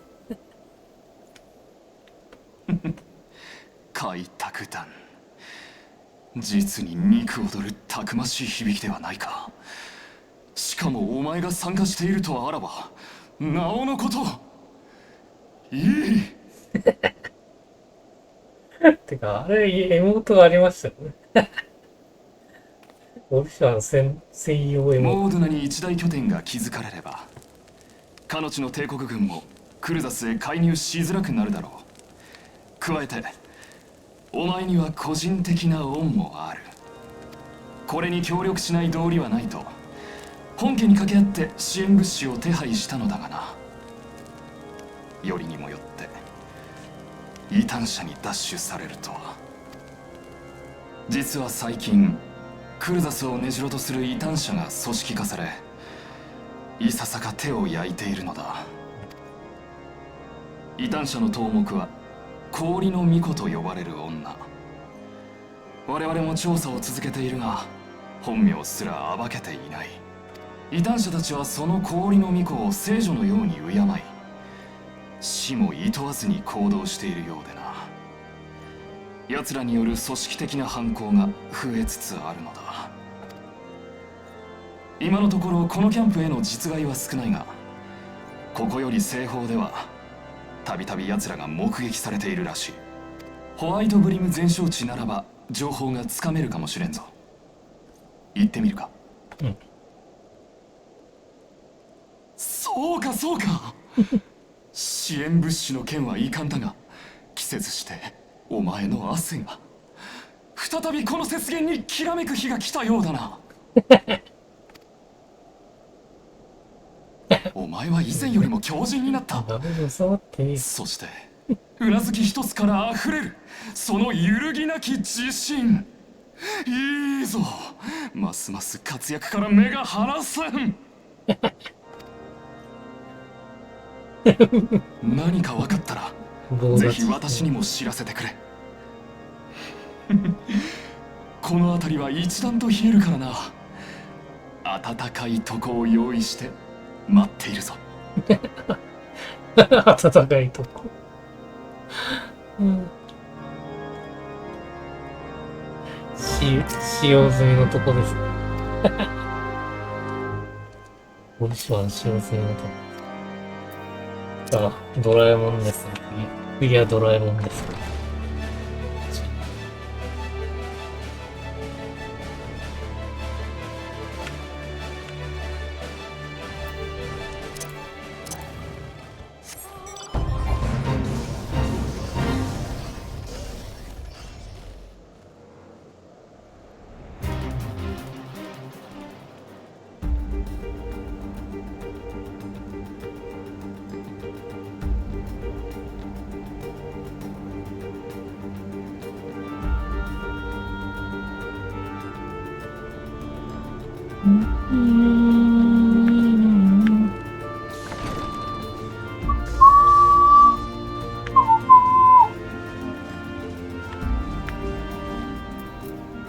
着きました。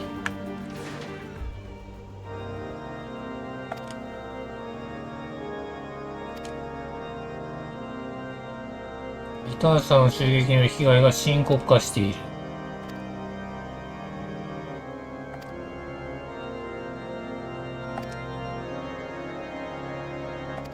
野戦病院。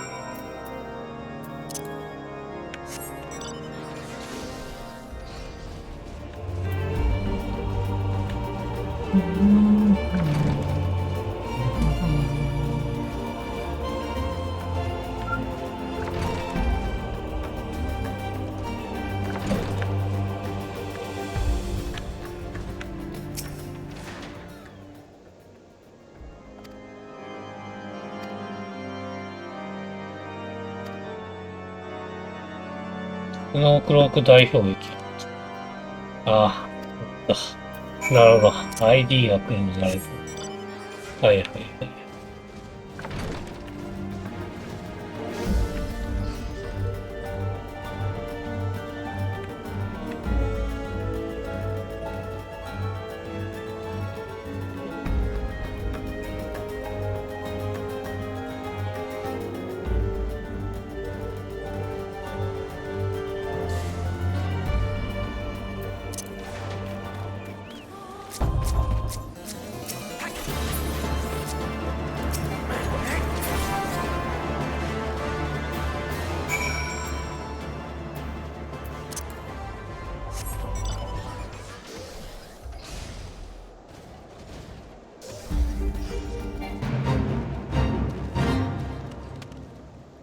ディランドル家の騎兵。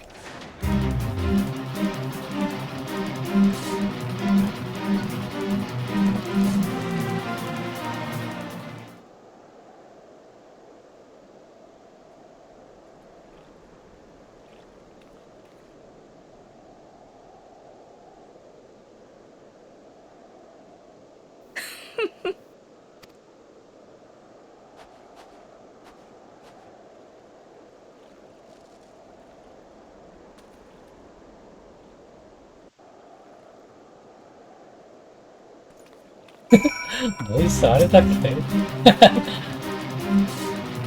まあ、氷の向こうです。はい。で、スノークロークに似てるっていうのはあれではないです。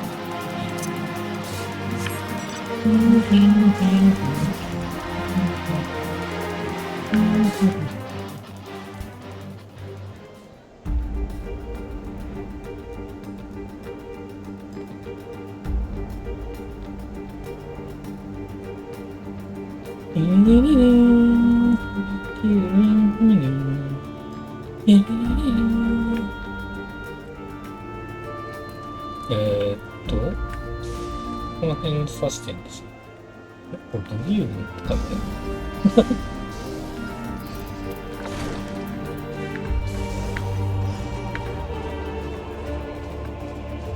ドラえもん、下に降りてきてよ、ドラえもん。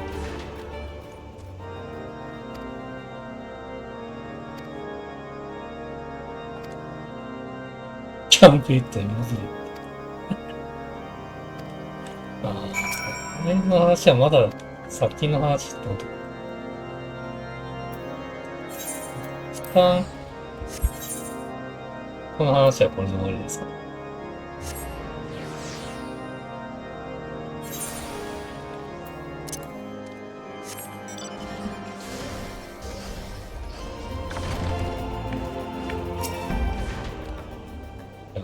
もう結構クエストカットされてる可能性あるな。ああ、いいところに戻ってくれた。ちょうどお前の戦いぶりに思いを馳せていたのだ。一撃を食る際の肉体のしなりなど、とてもいい。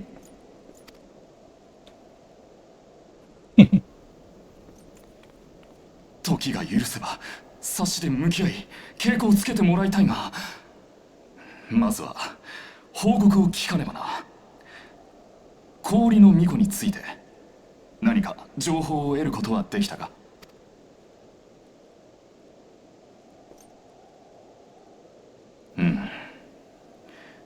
スノークローク大氷壁でそのようなことが。あの辺りはクルザス中央高地の中でも気候変化の影響が色濃く現れた場所だ。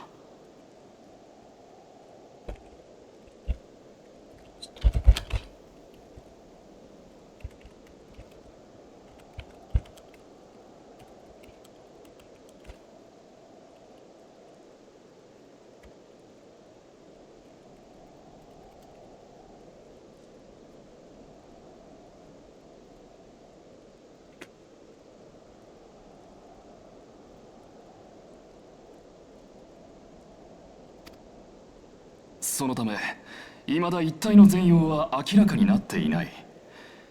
異端者にとっては良い隠れ家かもしれんな。一度早急に調査するよう進言すべきか。それにしても氷の巫女とは一体何者だ。異端者をまとめ上げるなど相当な実力者に思える。お前と共に追ってみるのも一興だが、現状では危険が過ぎるか。教皇庁の神殿騎士にも連絡し対策を願おう。新任の神殿騎士団長はなかなかに話のわかる人物だという。きっと適切な判断をされることだろう。いい情報を持ち帰ってくれた。感謝するぞ。お前は本当に真摯に働く。それが真実を呼ぶのだと友として誇りに思う。信頼されてる。支援物資については本家に再度掛け合っているところだ。準備ができ次第そちらに送るとしよう。熱気にあふれるいい街になることを願ってな。いい街。そこをかけるんじゃね。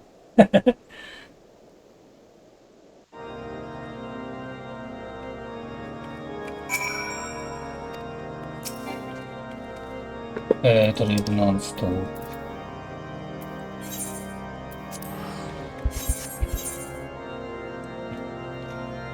この件は保留ですね。なんで、またあれですかね。まあ、アルフィノのところがメインになってるんですかね。先行組織。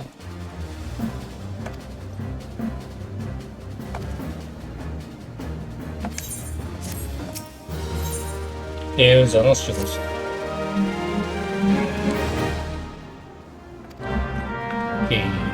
タタルを実装。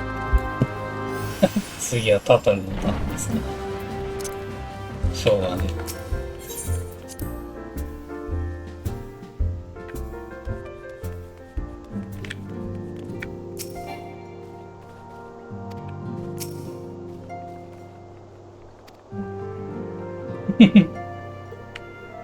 何がご用ですか？私のお手伝いです。わーい、ありがとうございます。ちょっ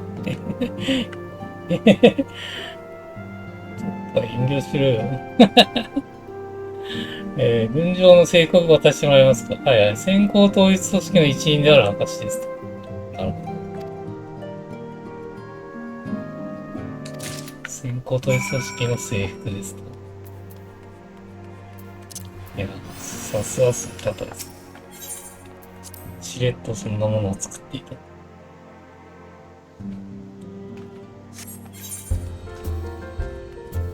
いいはいないか。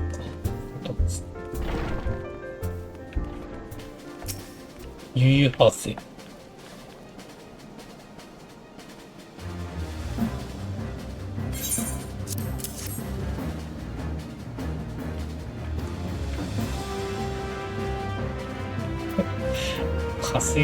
稼がなくていい。そういう組織じゃない。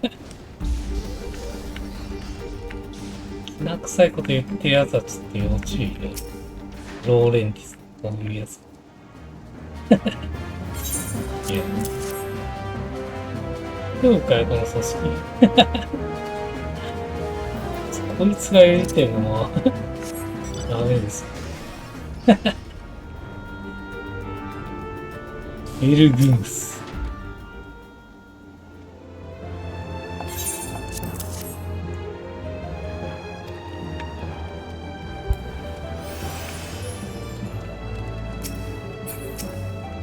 ビルベルト。新しいとして隊長に就任予定。隊長に就任予定。はい。隊長。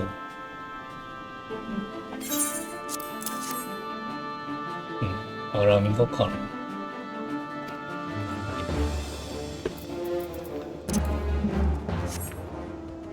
さあ、この8人は重要人物が多いんじゃないですか。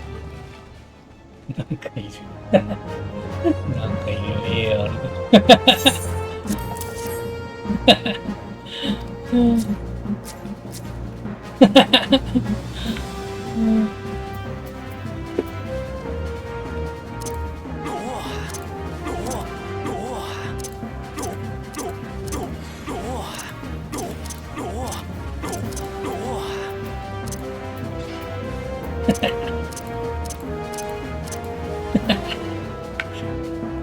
こんなとこいる。あれかな、あれですか、上からですよね。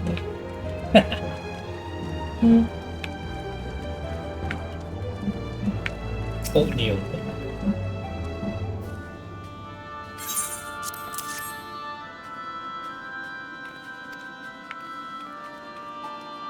あと2人。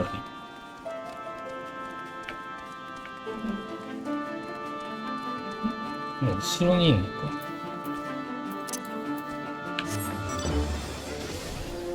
うん。エフィルです。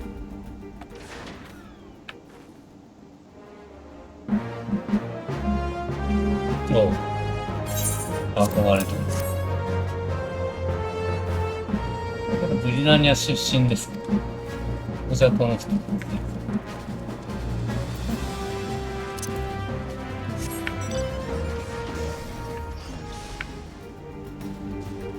最後はアリアンヌさんか。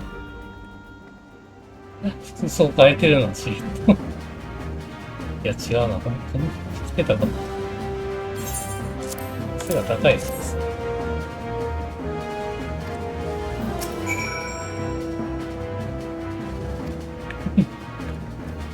で、アルフィノと話す。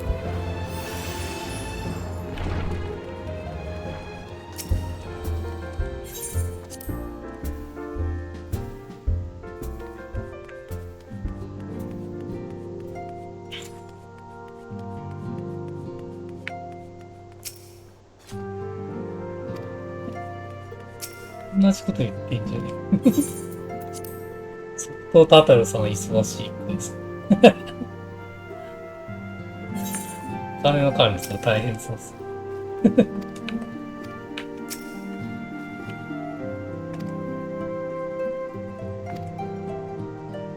組織の名前を考えたってみんなにも気に入ってもらえるといいのだ。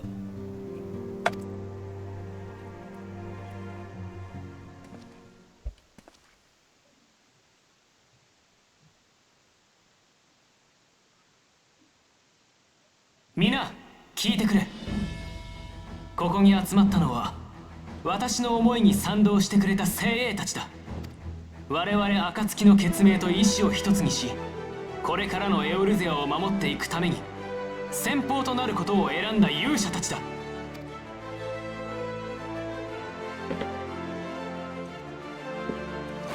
暁の下で国家間の垣根を越えた活動を行うグランドカンパニーエオルゼア先行組織クリスタルブレイブの設立を今ここに宣言する。だね、クリスタルブレイブ。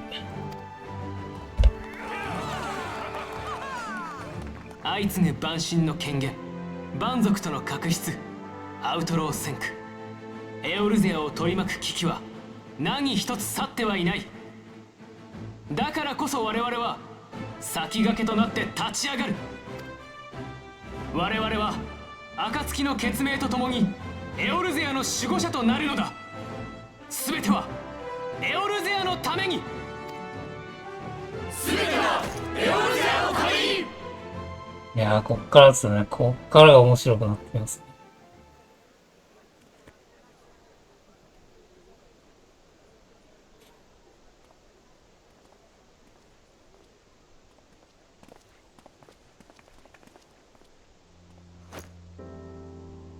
設立おめでとう、アルフィノ。あ、いえ、クリスタルブレイブ総帥アルフィノ・ルベユール殿。やめてくれたまえ。形だけの称号だよ。それ自体に何の意味もないさ。我々の目的は同じだ。神々に愛されし地、このエオルゼアの救済。共に尽力していこう。ええ、これからもよろしくね。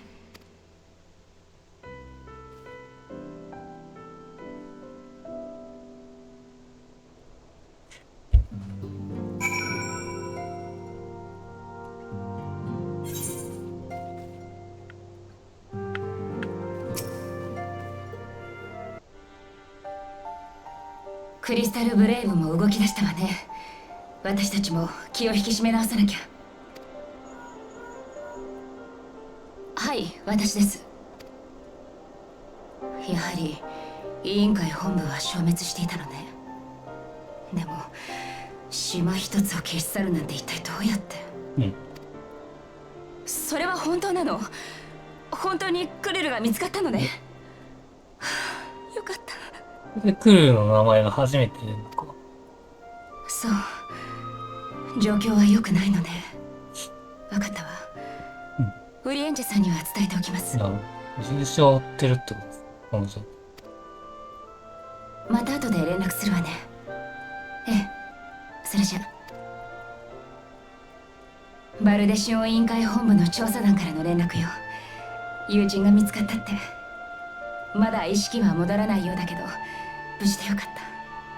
消滅したというバル島の周辺海域から未知の魔法の痕跡が出たらしいの。以前北ザナラーンで起きた古代魔法アルテマの痕跡に近いらしいけど、まさかアシエンたちが。と思うけどね。ガレマール帝国との戦いの後、マザークリスタル、ハイデリンの声を聞いた？あれ以来は聞いてないです。そう。あなたにも聞こえないのね。私もなの。なんだかとても嫌な予感がするわ。ルイゾワ様、どうか暁をお守りください。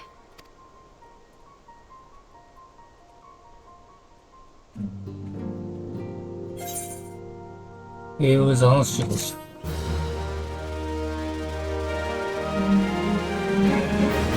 これ区切りなのかな、もしかして。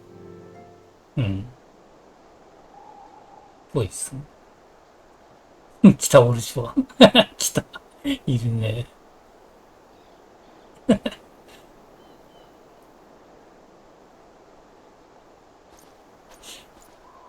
ここはボイスはねえのかよ。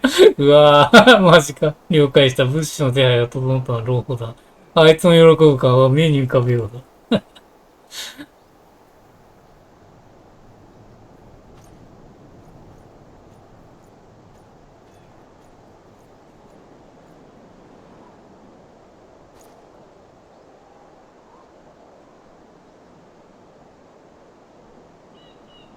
今日夜勤風が騒がしい。石があるぞ。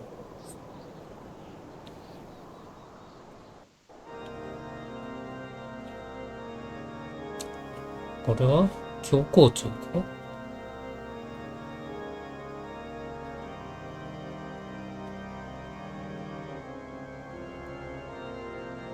ああ、ぽいね。出たな、じいさん。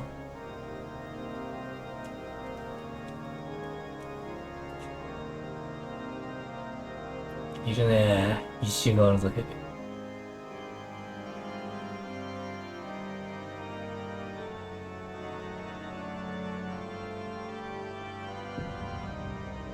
シエンもいるじゃねえか、しっかり。しっかりいるね。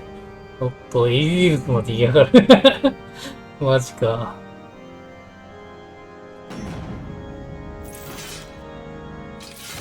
石があるが完全にアシエンに取り憑かれてます。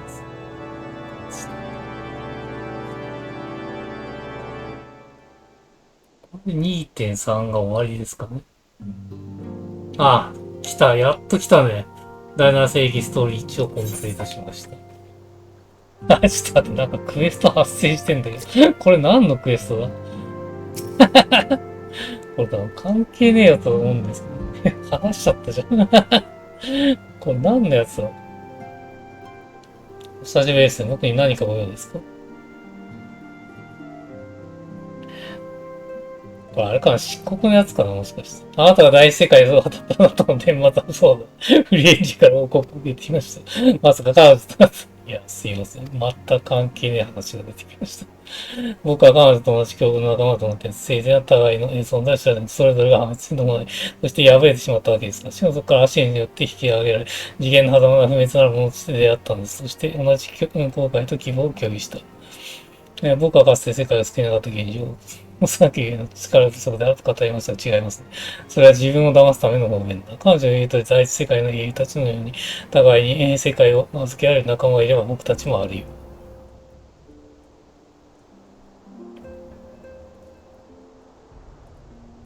三頭身の戦いが終わってから僕はずっと考えてたの。世界を救う英雄となるべく自分にできることは何なのと。シルバーに会うことができればその答えを見つけられるような気がする。どうにかして第一世界に渡ることがないのでしょうか。賢人たちのように魂だけど。魂と記憶を保存するのマグソウルファイオン。賢人たちはそれを使って現実世界に戻ってきたんですね。あなたの話を聞く限りでソウルサイフォンがあると。賢人たちは世界を移動できたのを奇跡に近い証拠のように思います。通常であれば再現するのは不可能でしょう。ですが、エルディウスによって、不正描いている僕ならばあるよ。お母さんどうかお願いです。僕に力を貸していただけないでしょう。ウリエンジン。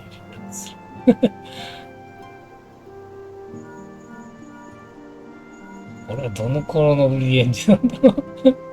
どの頃のウリエンジなのかわかんないけど。病月だよね、多分。病月の頃のウリエンジですね。お待たせしました。事情が重要だけに急ぎ会えべきかと思い、賛じた次第ですが。確かにこの少年は超える力があり、8円から不滅なるものとして転生する事実を学んでいる。ですが、それでも無事に世界を渡ることができる保証はありません。失敗すればあなたの魂がどうなるか。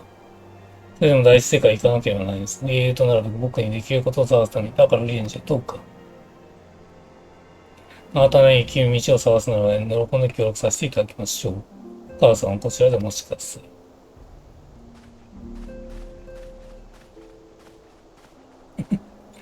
話が急すぎて、ちょっとこれは、やらないでおきましょう。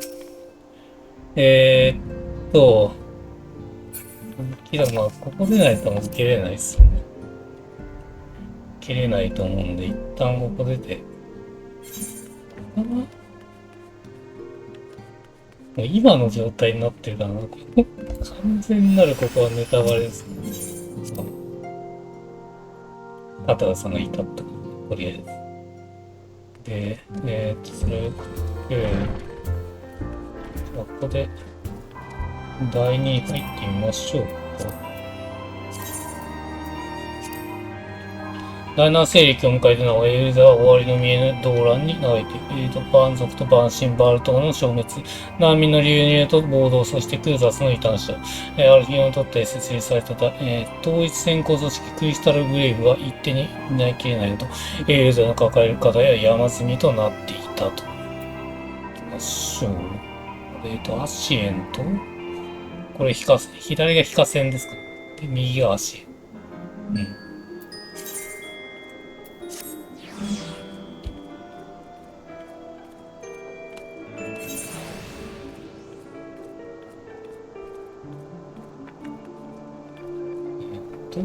どこでした？中に入れってなんですか？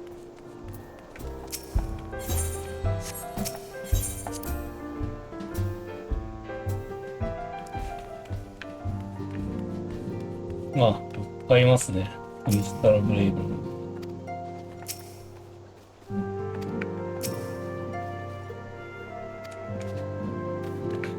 じゃあこの青い服を着てる人がクリスタルブレイブで、着てない人は暁っていうに、あれですか、認識でいい。とりあえず。ローウェイティス。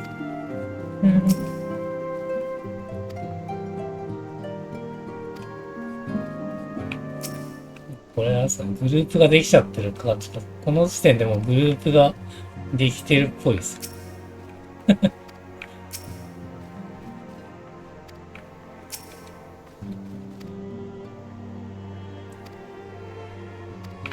いや、しかし賑やかだな。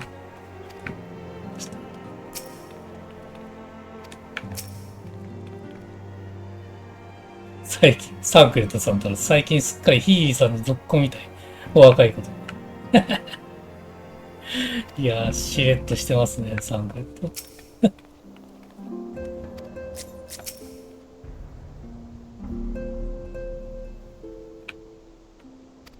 ただのメールの作りです。まあ確かに、人の名前覚えるの大変でしょ。これか、アタックしてる。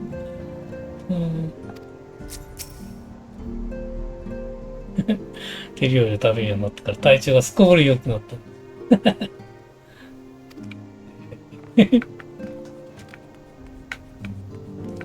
んなところに子供たちがいるし。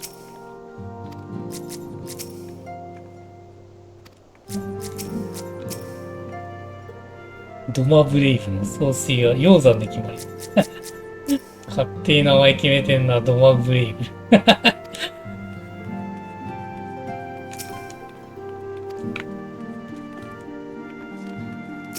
ヤシトラ。リオ。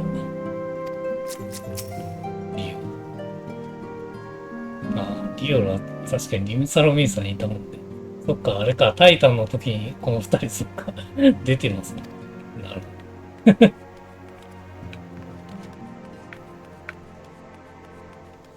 じゃあ、受注しましょう。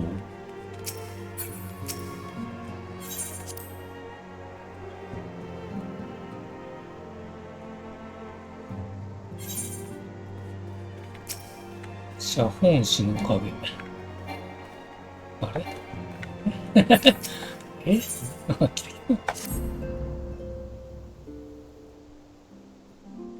講師ワーク嫌な予感が脱げないの。ダメね。こういう時こそしっかりしないと。目の前にある問題を一つずつ対処していきましょう。ユーザーの主要な版主はあなたの活躍によって退けられている。3個のグランドカンパニーは各蛮族の監視を強めているし、何か動きがあれば協力要請があるでしょう。バーシン問題は根本解決されたわけではないけど、今は生還してられる状態で、アシエン消滅の方法については引き続き、ウリエンジェさんが追ってくれているわ。こちらの切符を待つしかないといったところかしら。もう一回、あなたにお願いしたいのは別のこと。そう、アルフィノが設営したクリスタルブレイブの経緯。すべてはエルザのために、数個のモットーを抱えて結成された彼らは、私たちの暁の決命にとって大きな力となるでしょう。でもまずは組織の体制を固めなくてはならない。そうしてではアルフィノが頑張ってくれているみたいだけど、組織の立ち上げの生半可なことではないわ。だからあなたにアルフィノを支えてもらいたいの。賢人のみんなを応援に回そうとか思っていたけど、アルフィノからそれとなく断られた。きっと私たちに弱みを見せたくないでしょう。彼って少し強がりなこともあるから。でも共に旅をしたあなたには誰よりも強い信頼をしていると思う。あなたが助力を申しればきっと頼ってくれるはずよ。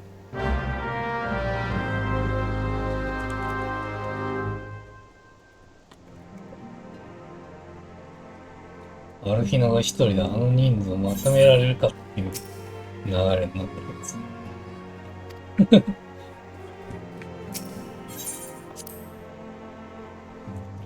言うて子供ですからね。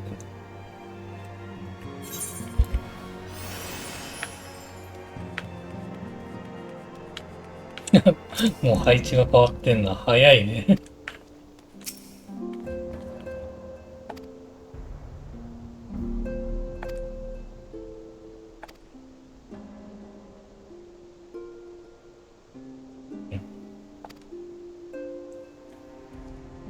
ガルマル帝国で発生した内乱が収束したという情報が入ってね。これに関した重大な事件を追ってもらいたい。イルベードに、一任していると。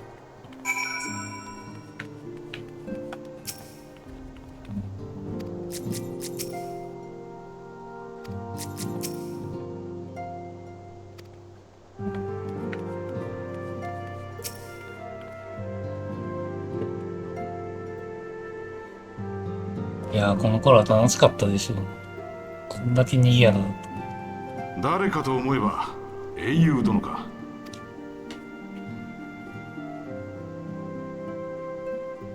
なるほど。アルフィノ総帥から話を。了解だ。あんたが協力してくれるならありがたい。内定のためこちらの人手を割くことができなかったからな。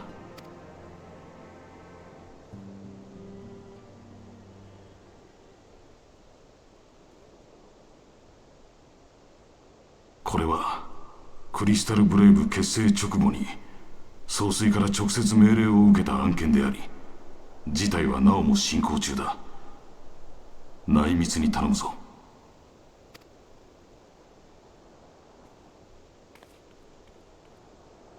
先日総帥のもとに匿名の情報が寄せられた。各国いずれかのグランドカンパニーにガレマール帝国の密偵が入り込んでいると。そこで俺たちは各国の首領の協力のもとで秘密裏に調査を行った。そして不滅大使を一人容疑者として確保。だがそやつは首謀者ではなかった。あくまでも密偵どもの情報網の末端に過ぎなかったのだ。九段の容疑者を軽く問い詰めた結果、写本師の異名で呼ばれる首謀者のもと数名の協力者が活動しているらしいことが判明した。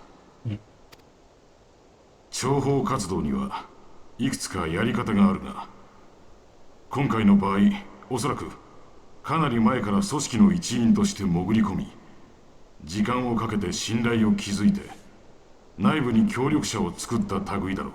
信頼にて心を掴んでいるがゆえに協力者の結束も固い。こちらからすれば厄介な相手だ。首謀者とつながりが限りなく浅い末端の協力者を捉え、そこから切り崩さねばならない。まずは先の容疑者からつながりを洗っているところだ。と、ここまでが概要だ。本来ならもう少し時間をかけて慎重に調査したいのだが、そう悠長にしていられない理由がある。長らく続いていたガレマール帝国の内乱が一段落したとの情報があるのだ。そのため総帥もこの案件の解決を急いでいる。裏切り者を抱え込んだまま戦争なんぞ願い下げだからな。いつ帝国が動き出してもいいようにクリスタルブレイブとしても備えておかねばならない。まずはウルダ派の不滅隊作戦本部に出向き、ここまでの情報を奴にラウバーン局長に報告する予定だ。しかし協力者を捕らえたことで内偵が進んでいることが写本誌にも把握されただろう。場合によっては直接的な行動に出ることも考えられる。ことがことだけに大人数で動くわけにもいかないからな。報告時の護衛を兼ねて同行してもらえるとありがたい。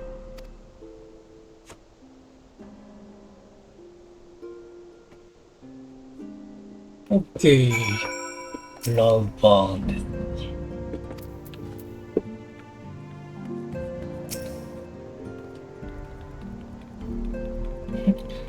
す。受付先生は今日も激戦です。頑張れ。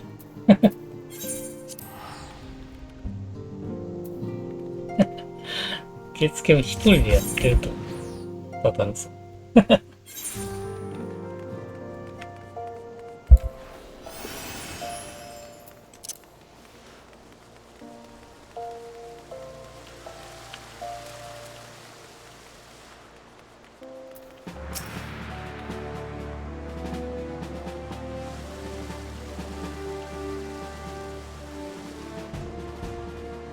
貴様か。本日は何をか。いや、ボイス多いっすね、この辺。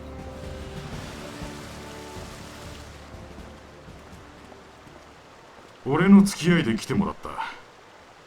久しぶりだな、ラウバーン。おお、イルベルト。こうやって顔を合わすのは何年ぶりか。こちらに顔を出すと聞いて心待ちにしていたぞ。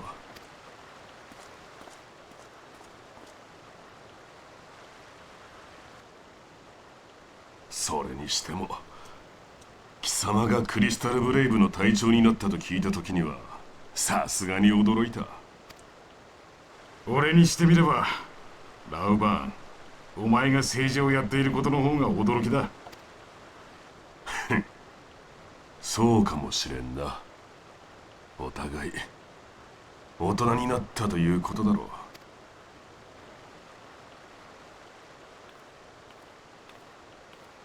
イルベルドと我が輩は同郷の出身でな。幼い頃は二人して己の腕を競い合ったものだ。祖国のアラミゴがガレマール帝国に陥落された際、共に脱出したのだが、それっきりだった。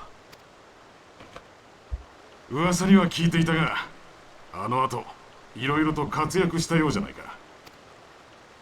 ザナラーンにたどり着いたお前はウルダ派の同人団に捕まり、コロセウムの獄門剣闘士にさせられた。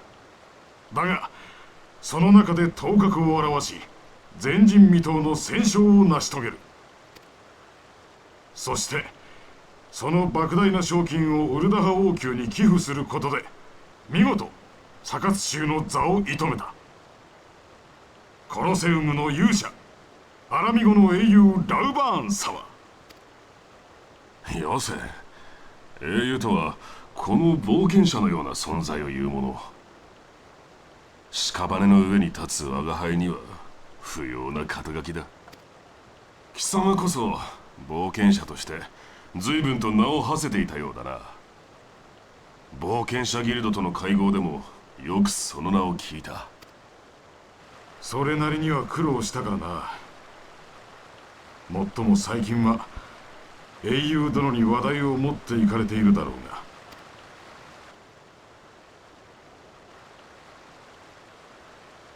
例の件で報告がある。進展があったのだな。貴様との面会については部下たちにクリスタルブレイブに属す旧友との再会の場と説明してある。連中も特別に目を光らせたりはしていないだろう。今のウルダ派では下手に場所を変える方が怪しまれる。ここで聞こう。あくまで昔を懐かしむ会話としてな。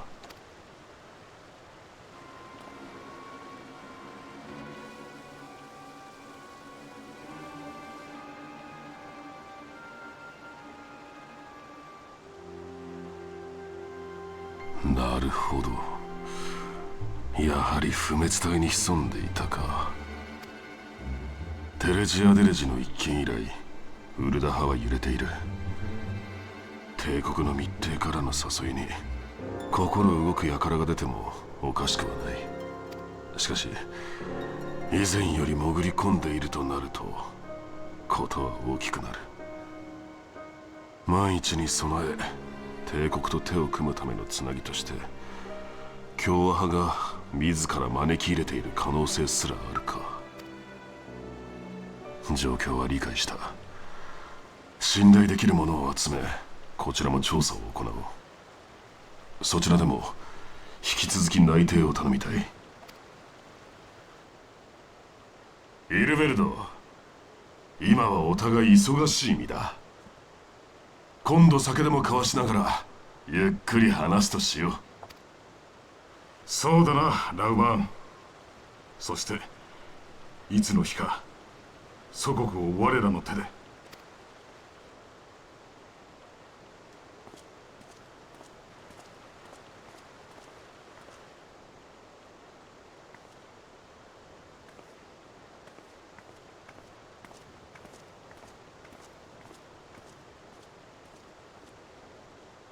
不滅隊の局長か。俺も負けてはいられないな。ラウバーンが手を回してくれていたおかげで何事もなく報告できた。手間をかけさせたな、英雄殿。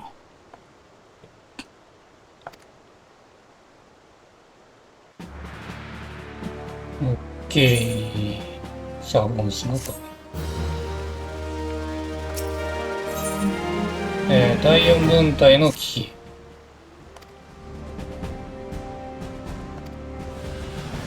はい、石の家に戻る。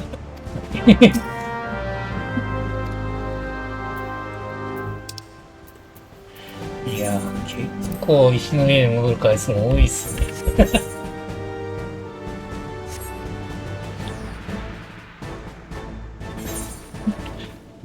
ガッて金持ってかれている。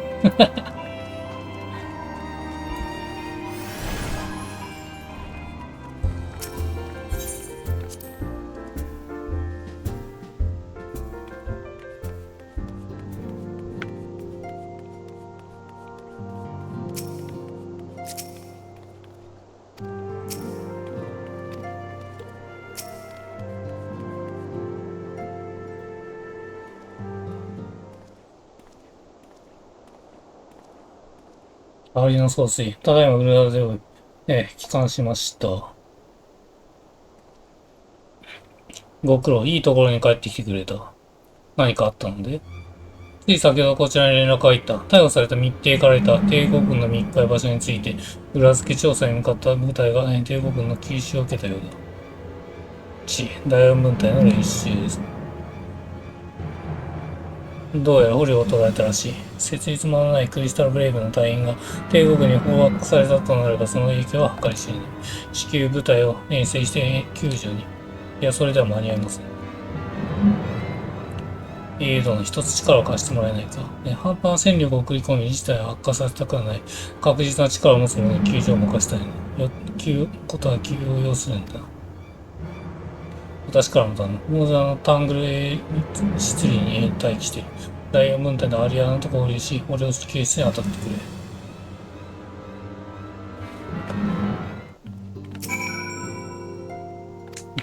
了解です。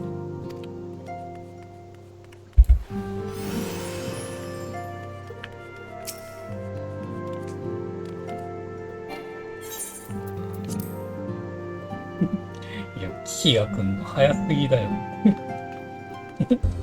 早速ですからね。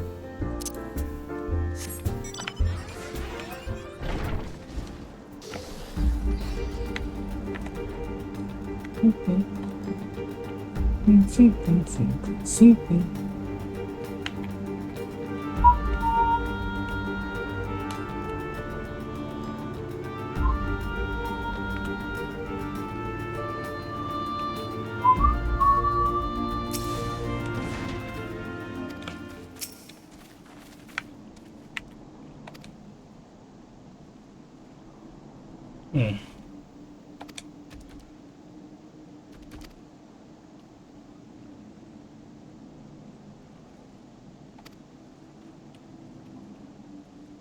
カスタムセントに侵入して取られた際に、レシポラリーを探して、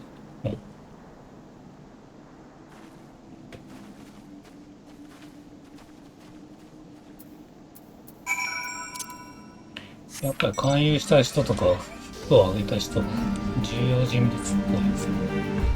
で、さっきの名前のやつは知らないですね。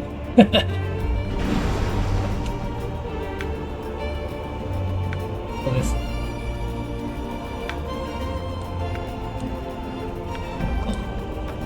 戦闘ですね。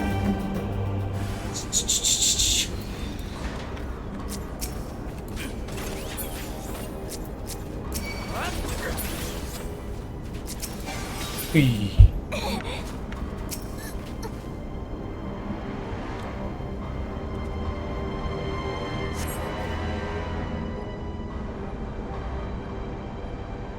ねえ、救援なのか。ニコってですね。レシポラリー、よかった、無事だったの。ありがとう、よく仲間を見つけて出してくれた。でもまだ危機を脱したわけじゃない。私たちは負傷した仲間をついでに、脱出するまでこのまま時間稼ぎの陽動をお願いできるかしら。カストムセントリー内の3カ所ほどで、派手に運ばれて、帝国への目を突きつけておくちょうだい。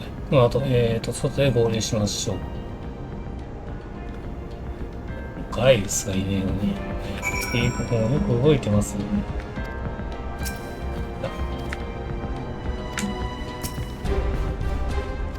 あとは脱出だけだ。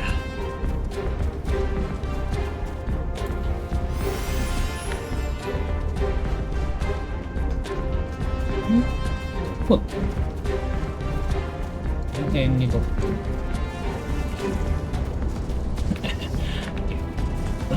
なんでねえんだよ。これか。これね。出てきた。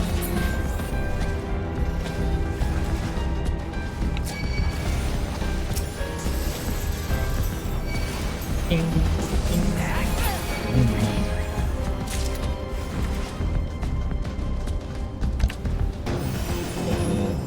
れしかもオーバーですね。普通にあってますね。これか。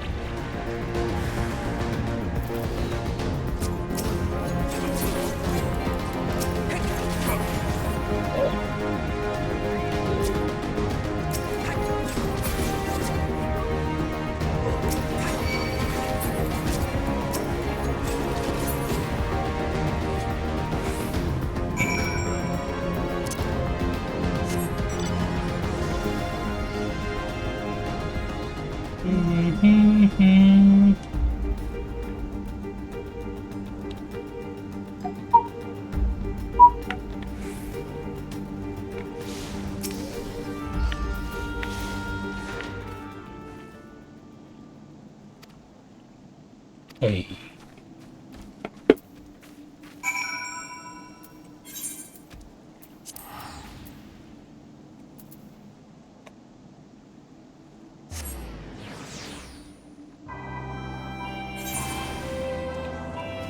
とりあえずは救助できてよかったっす。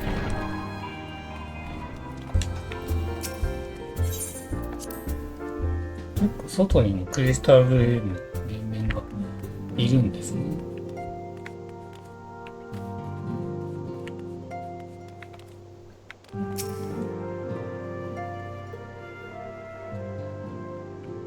カーズも夫が君の腕は信じていたが、帝国軍の拠点の侵入となると、待っている側もいささか緊張するな。よくぞ隊員を助け出してくれてありがとう。救出された隊員へ運び込まれた時こそ気を失っていたが、宝山氏や、ドマのための治療を手伝ってくれてね。今では意識を取り戻している。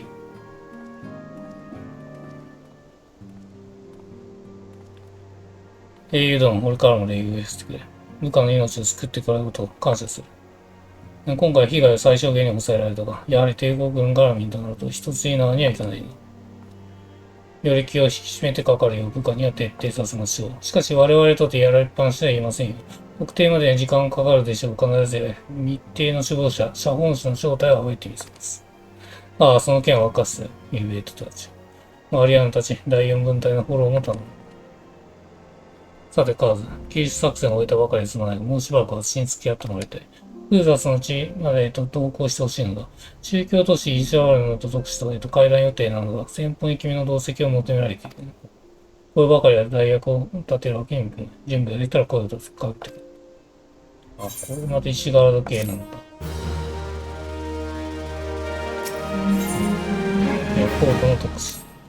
君に頼みたいのは先ほども説明した通り、クーザスで行われる予定の会談への出席だ。会談の相手は、来た。宗教都市イジュガルドとかの特使、アイメリック教という、イジュガルド教皇庁で特の、神殿騎士団において総長を務める人物はかなりの大物と言っていい。先方には、会談の場に君の同席を求められて付き合ってもらえるとありがとう。会談に向かう前に、まずは暁の命したら右平に許可を取っておく。君自身がどう思っているかと別として、君はエルゼを救った英雄というと、政治的な場合に質的なトレーナー気を使った方がいいか。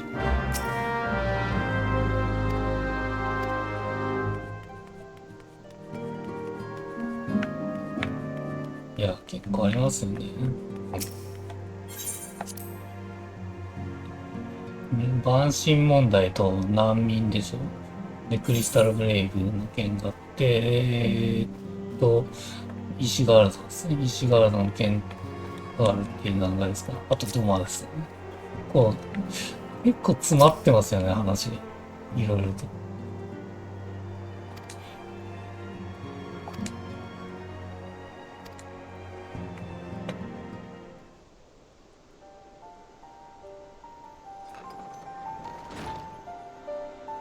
助かるよ、右平。先方たっての希望なので。山の都、石があると。それにしても、これまで接触を拒んでいた彼ら会談なんて一体どういうことなのかしら。君たちになれば伝えておいた方がいいだろう。この先また協力を願うこともあるだろう。西ガルダはエルザの都市国家群の一つ。アルデナード小大陸を、東西に貫くアバラシア山脈の中央に位置し、山岳地帯クルザスを領する、宗教国家だ。国境であるイスガルド正教の指導者、教皇は、君主を兼務している。ガルマル帝国はアラミゴを墜落した直後のことだ。彼らは、ユンサロミンサ、グリダニア、グラダともにエルザ都市軍事同盟の結成に参加した。しかし、銀上空戦によって、帝国軍の、飛戦艦隊が撤退し、目前に迫っていた脅威が過ぎ去ると、すぐさま同盟から離脱している。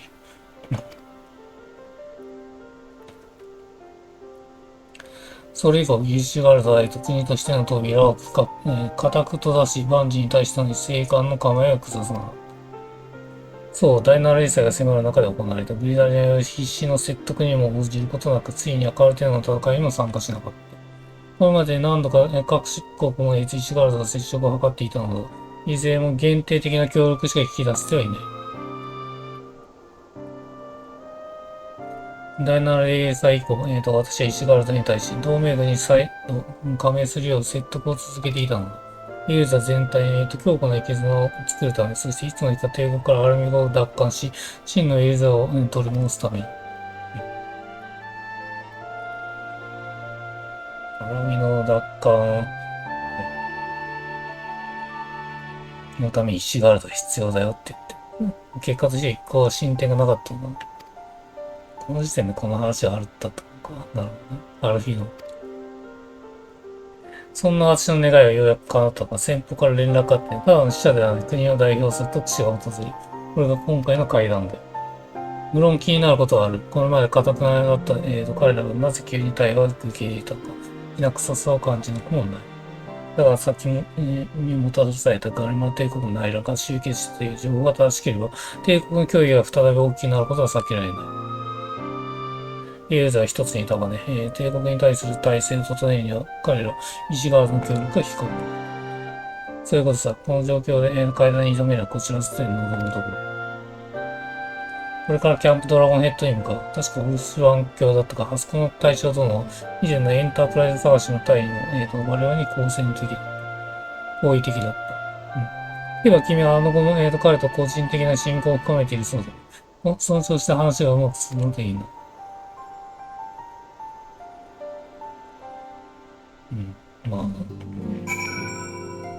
オルシャワンは大丈夫です。アメリカは初対面ドラゴンヘッドね。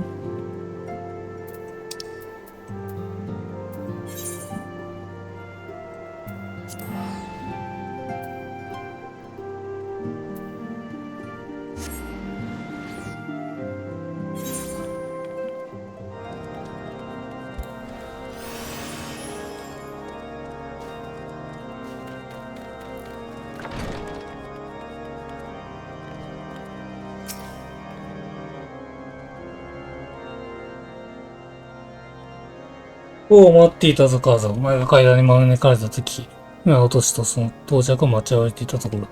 相変わらずに美しい肉体。いい。逆たぶりのクルザス方もね、体も冷え切っているんだろう。我が脂質は温めやる。ぜひ、そこで。それは助かる。私はどうも寒さが苦手でね。これある日の我が家ご到着で。お邪魔させていただいているオルシマントよ。いつのエンタープライズ創作の頃にはお世話になった。さて、オートバに甘えて少し温まりましたが、ある日の新組織を立ち上げたのだ。この噂この、クルダスの地にも届いております。我らとで可能な限り協力させていただく所存、暁の決命の境地を望むところですからね。実は以前本家を通じて校長に対し、暁との会談の場を設けるよう進言していたのです。それが実現するとは実に素晴らしい。ここ最近、氷の巫女の出現により異端者のたちの動きもますます活発化しておりました。教皇庁もようやく重い腰を上げたのでしょう。ついに、皇都より特使である、神殿騎士団の総長有明教がいらしています。お二方はそれ次第、すぐに案内するよう申し使っておりました。お疲れのことと思いますが、早速応援施設し、ボルタン経営のお声掛けいただければ案内させていただきますよ。だから、そういうことなら、暖を取っている。暇がないな。早速向かおうとしよう。ダウンを取ろうとしてる。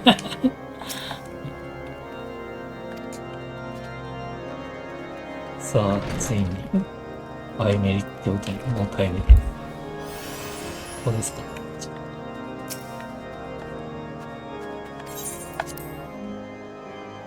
ボイスありそうです。行きましょう。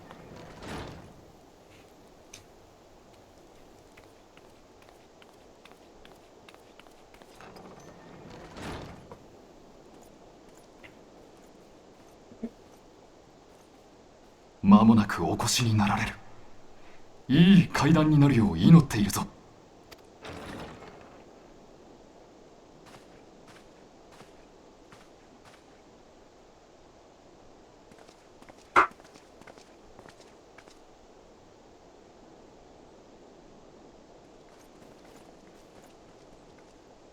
イシュガルドの特使、神殿騎士団総長のアイメリクというアルフィノ殿。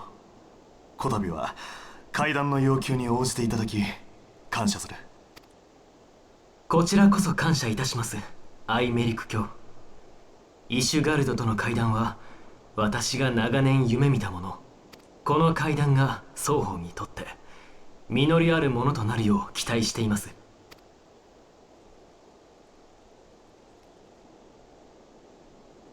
君が噂の冒険者か。なるほど、英傑の目をしている。そうは思わないか。はっ。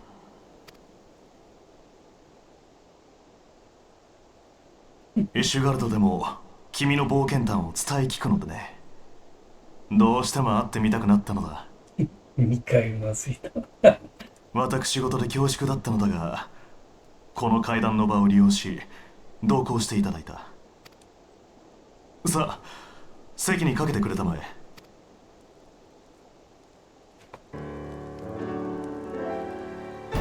ですから眼前に迫るガレマール帝国の脅威に対抗するにはエオルゼアを一つにしなければならないのです。脅威は帝国だけではない。蛮族や蛮神の存在もありましょう。そのためにもエオルゼア都市軍事同盟に再加盟していただき、真のエオルゼアへの道を。アルフィノ殿、先に述べたようにイシュガルドとしては同盟軍への再加盟や対蛮神での戦力供出を行うことはできない。なぜなのです。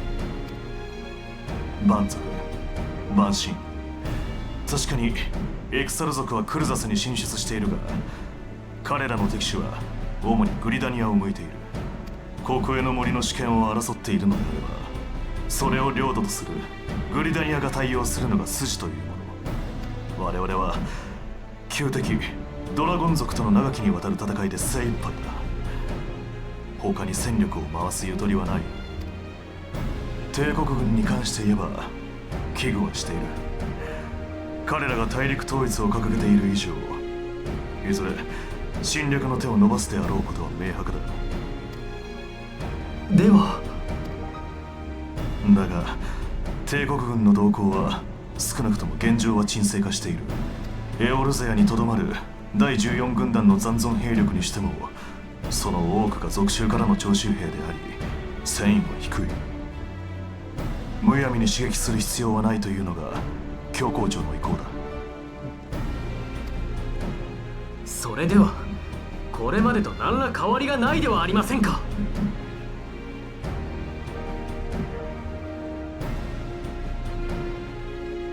私個人の意見で言えば君の主張に賛同するよ。アイメリク卿、私はこの会談にイシュガルドの特使として出席している。教皇庁の意思を無視し独断で手を握ることなどできない。だが私個人で判断できることもある。ポルタン家が主体となって動いていたレブナンツトール開拓団への物資の支援、これについては今後も協力を続けよう。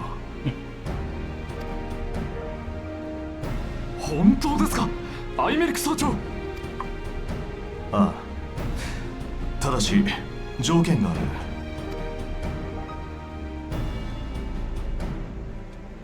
ドラゴン族の始祖とされる源竜ミドガルゾール、その源竜が復活するのではないかという噂が教皇庁の内部で囁かれている。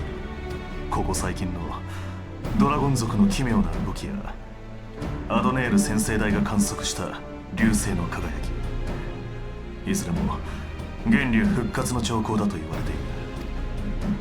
銀類湖の源竜がですか。あくまで噂に過ぎない。源竜ミドガルズオルムは15年前の銀類湖上空戦で帝国軍の飛空戦艦と相打ちして死した。だがドラゴン族が活発化しているのも事実。万一に備えレブナンツトールに意を構える開拓団に目躍の塔を監視してもらいたいのだ。つまり銀類湖の木薬の塔に残る源流ミドガルズ・オルムの死骸の監視を条件にレブナンツ・トール開拓団への支援は続けてくださると。協力を頼めるだろうか。わかりました。異変があった際には伝えましょう。同盟再加盟の決断をこの場で聞けなかったのは残念ですが、アイメリク教の立場も理解できます。長らく門を閉ざしていた帰国とこの会談の場を持てたこと、今日のところは真のエオルゼアへの第一歩として受け入れるとしましょう。アルフィノ殿、心遣いに感謝する。貴殿の志については必ずや強行陛下に伝えると約束しよう。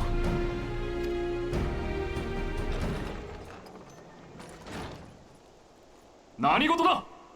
階段の場だぞ、わきまえろ。報告。巡回中の兵から本国からの追加物資がまたもや襲われたとの報告が。なお氷の巫女率いる異端者勢力の仕業と思われます。バカな。今回は輸送経路も変え、神殿騎士団の護衛もついていたのだぞ。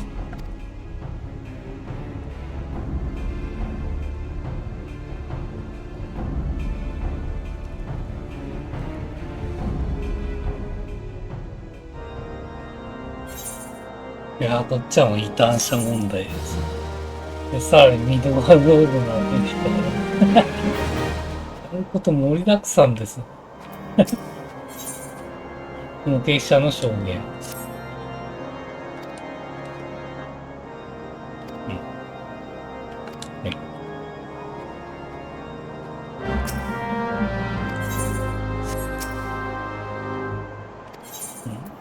もう誰もいないですよ。サイレント。あ、アイメリック教はここにいるんだ。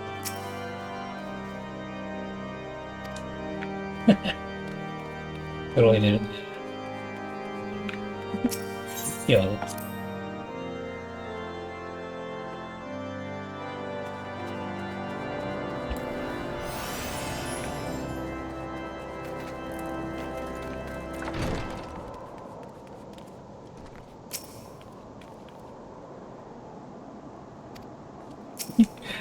名乗ってないんです。女神電気。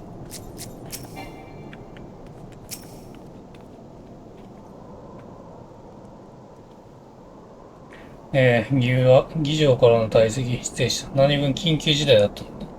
それで状況の方は伝令からの第一報によれば、南西の巨石の丘付近で、輸送隊が、氷の巫女を率いる一団隊は一団に、襲われたようです。襲撃は極めて短時間に行われ、物資も残らず奪われたとなれば、計画的な犯行と見るべきでしょう。待て、今回の輸送計画については襲撃を警戒し、一部のものしか伝えていなかったです。ということはやはり、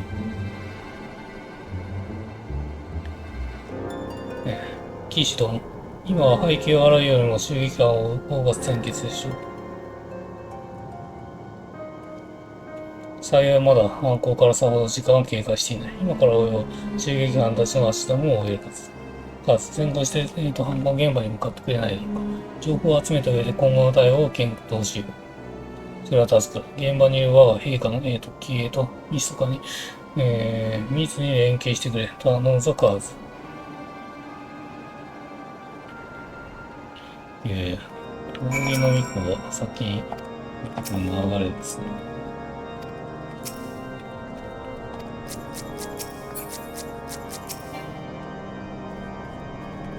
なんであいつだけ話せんのかわかんない。どこだ。遠いな。地味に遠いっすね。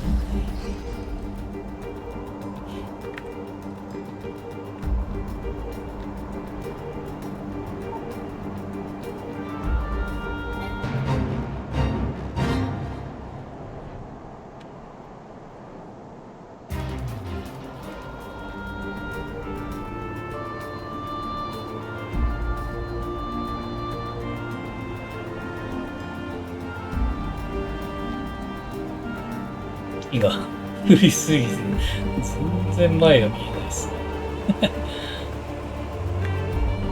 巨石の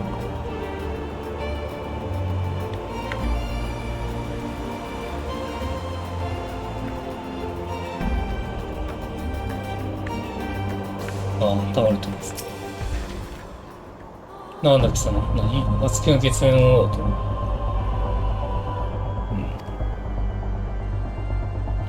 男子どもは逃げ去った後。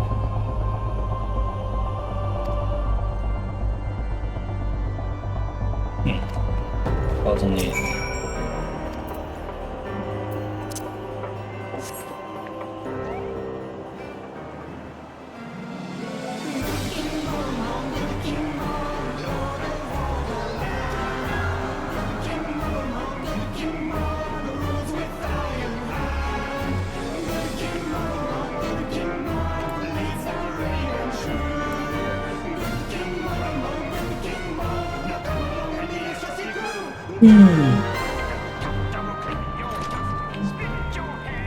じゃねえ。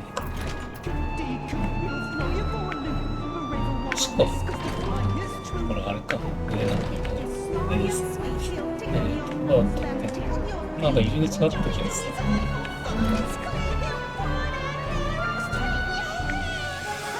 あれ違う。これじゃねえのかよ。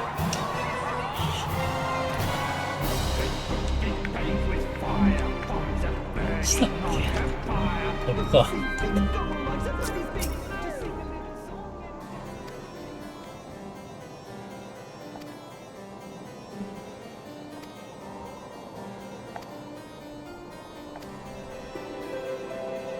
まもなく聖女芝が降臨されると。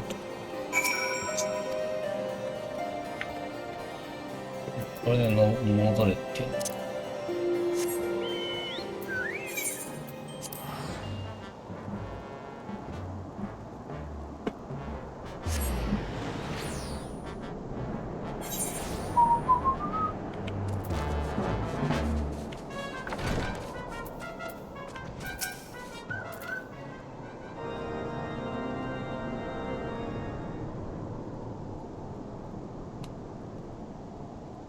戻ったか何か情報を得ることができたかい。なるほど。やはり主義者のどうもか氷の巫女と考えて良さそう。しかし、聖女芝の降臨とは、確か芝というの。ああ、石川聖教の、聖典に記された人物は、最も聖女ではなく魔女としてだ。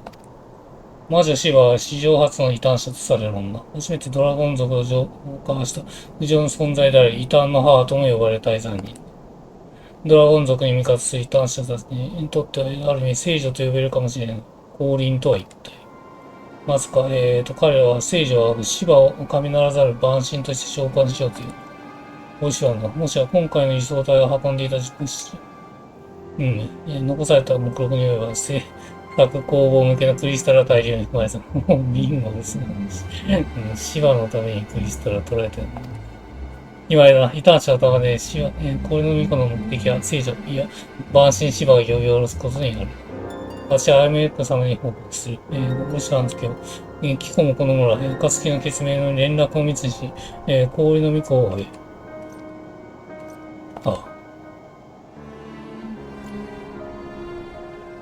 アルフィノ殿、ご協力願えるだろうか。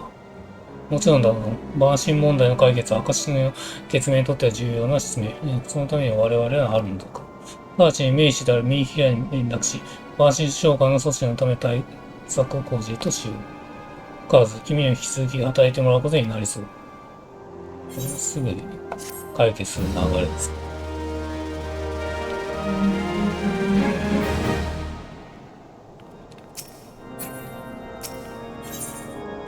極寒の共同作戦。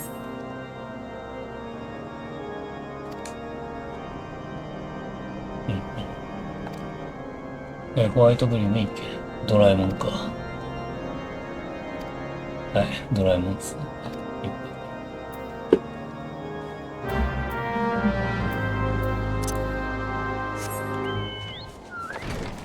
ドラえもんどうにかしてよ。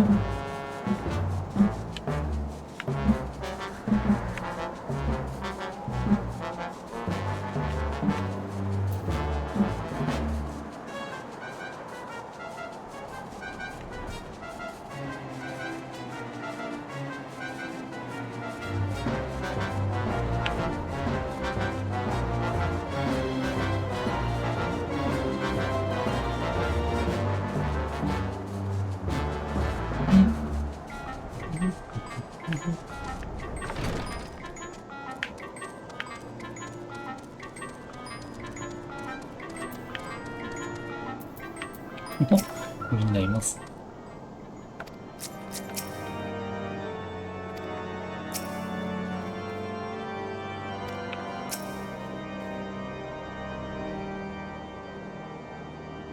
かつての決命が動いていると聞いていたが、機構だったか。輸送隊襲撃した異端者どもを追っているのだ。ならば朗報があるぞ。つい先ほど捜索中の、騎兵隊から有力な情報が入ったの。それは誠か、ドラえもんの。はい、大量の匂いを怪しげな集団が南西へ向かうのを目撃した者がいたと。この風体からして襲撃犯と見て間違いない。その崖にあるのはスノークローク代表駅。先日の冒険者のが、公園の幹らしき女を目撃した場所です。前回我々の騎兵団が行った調査で、男子の抜け道を発見するに至りませんでした。二度目となればもはや偶然とは言えないよ。我ら、神殿騎士団を投入し、改めて捜索を行う。我々クリスタルグレープからの人員を出しましょう。ここで氷の巫女を逃し、クリスタルを持ち帰れなくなり、一挙に肩をつけるべきでしょう。ご協力に感謝するありがとう。それではここにやめ、クリスタルグレープの我々と共に捜索に重視してもらいたい。心得ました、アイメリ。聞いての通りだ、カズ。クリスタルグレーブは神殿騎士団との捜索部隊を編成し、襲撃犯たちを追う。君はドラえもん卿と協力し、別ルートで異端卿について追ってほしい。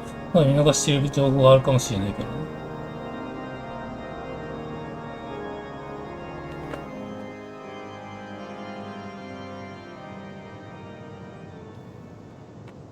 これでスノークロークになるっていう。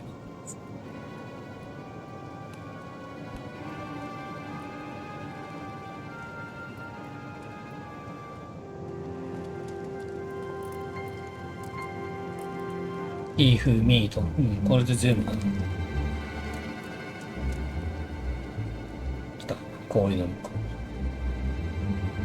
う。文字通り物証に搬入しました。では我々襲撃に備え待機しておきます。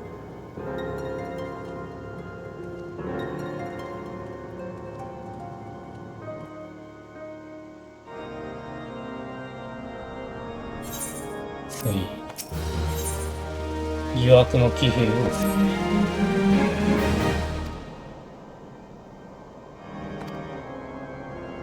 ギゲーム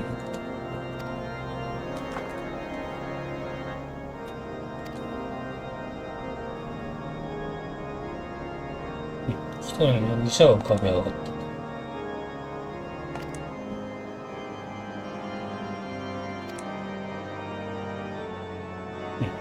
尾行しろと。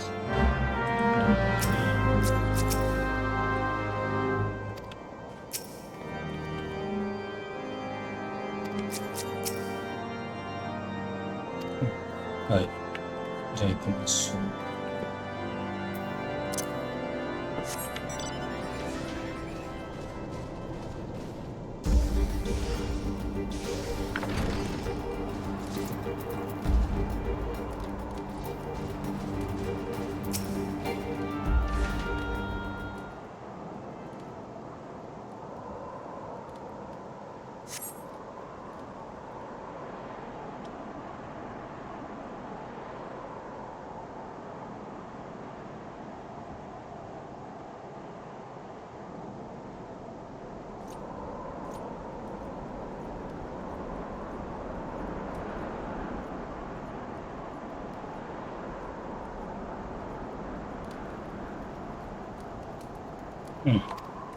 そこに見くぶし。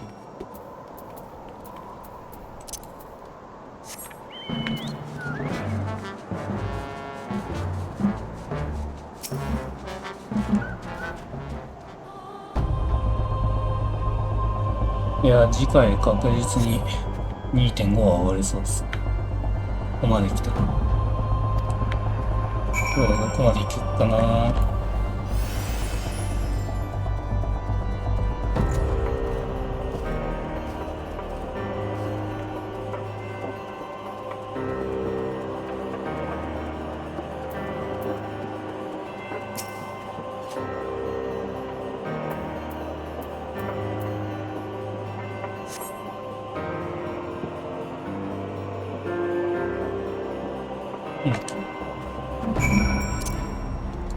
このビコは楽っすね。調べるだけで。っているし。いや、いますね、ステロペス。これソロできんのかな。いや、この BGM はレアです。久々に聞いた。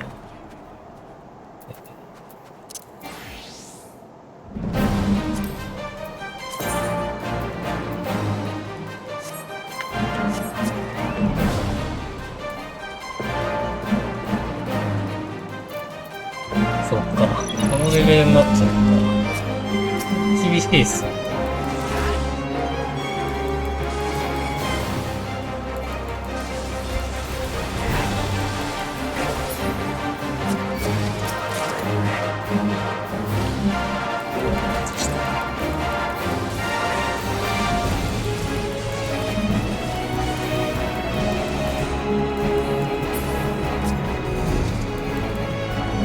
近かったです。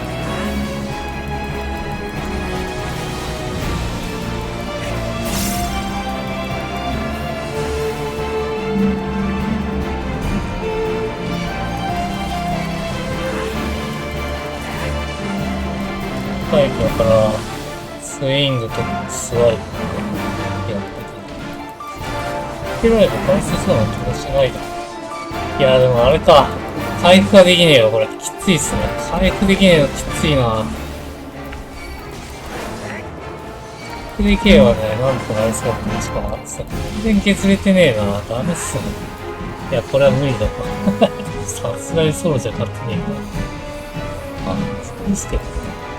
倒すと確かに、カニのミニオンかなんか手に入ったような気がしますね。そんだけですね。いらないですね。BGM 聞いてさっき行きました。ずっと死んじゃいますね。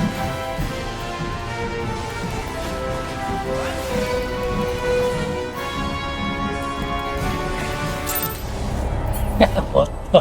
制限時間残った。残念。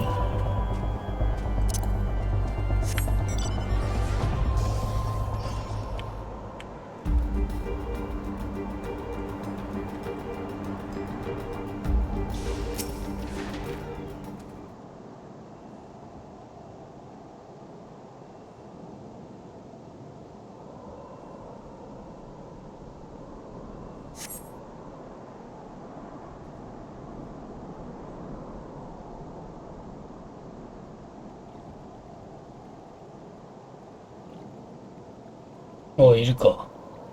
異端疑惑の木。遅いぞ。仕方がないだろう。任務で抜け出せなかったの。おい、少しばかり声を大きくしてる。ただでさえ洞窟内声が響くんだ。シドムに嗅ぎつけられて厄介なことに。すまない。実は神殿騎士連中の追撃部隊、氷の壁に向かう。奴らは巨石、至福の早期、持ち場に己が務めを果たせ。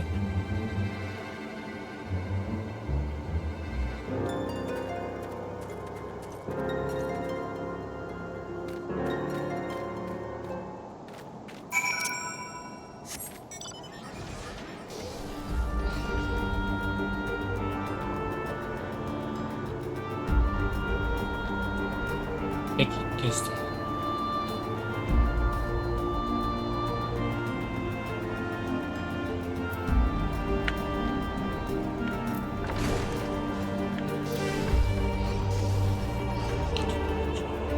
ちょっと。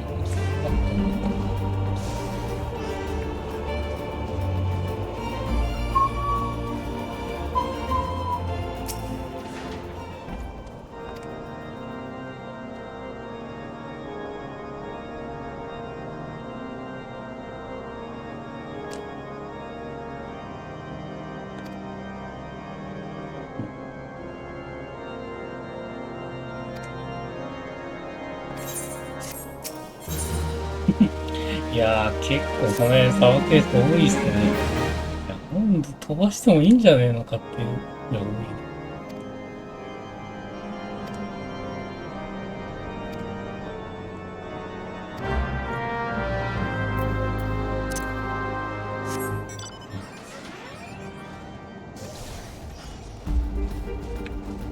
これカットできなかったんでしょ。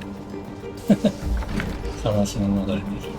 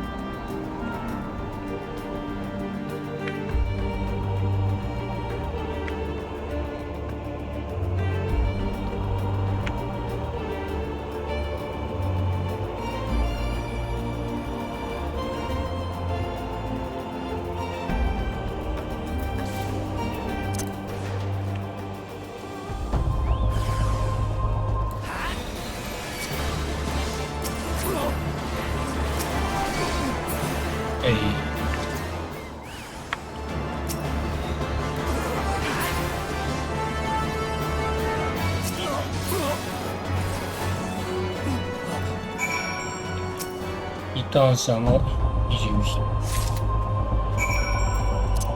でドラえもん。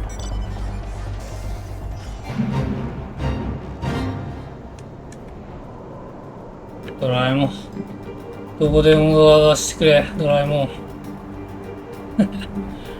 でドラえもんはどこでも出せないんだ。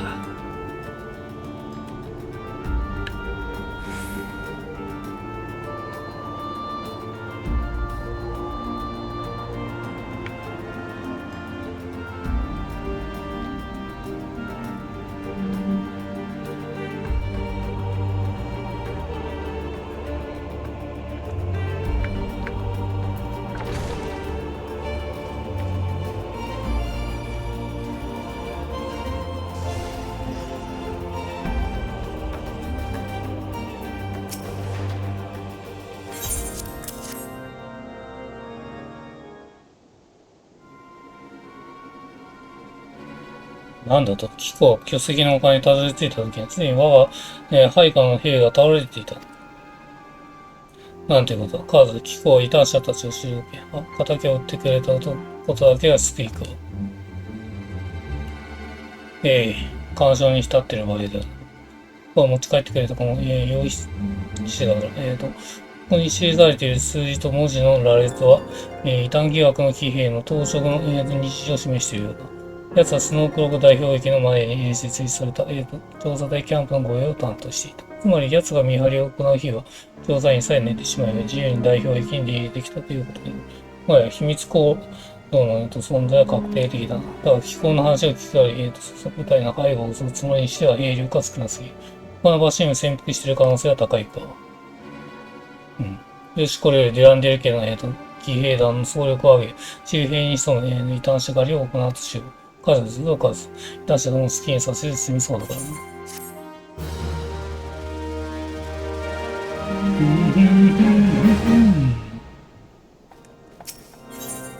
来た。潜入スノークローク代表聞きました。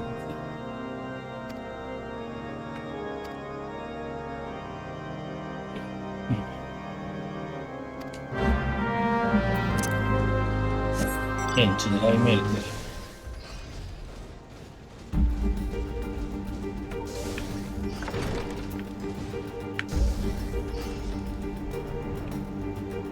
これで解放で間違いないでしょ。変幻って書いてある。やっとです。長かったな。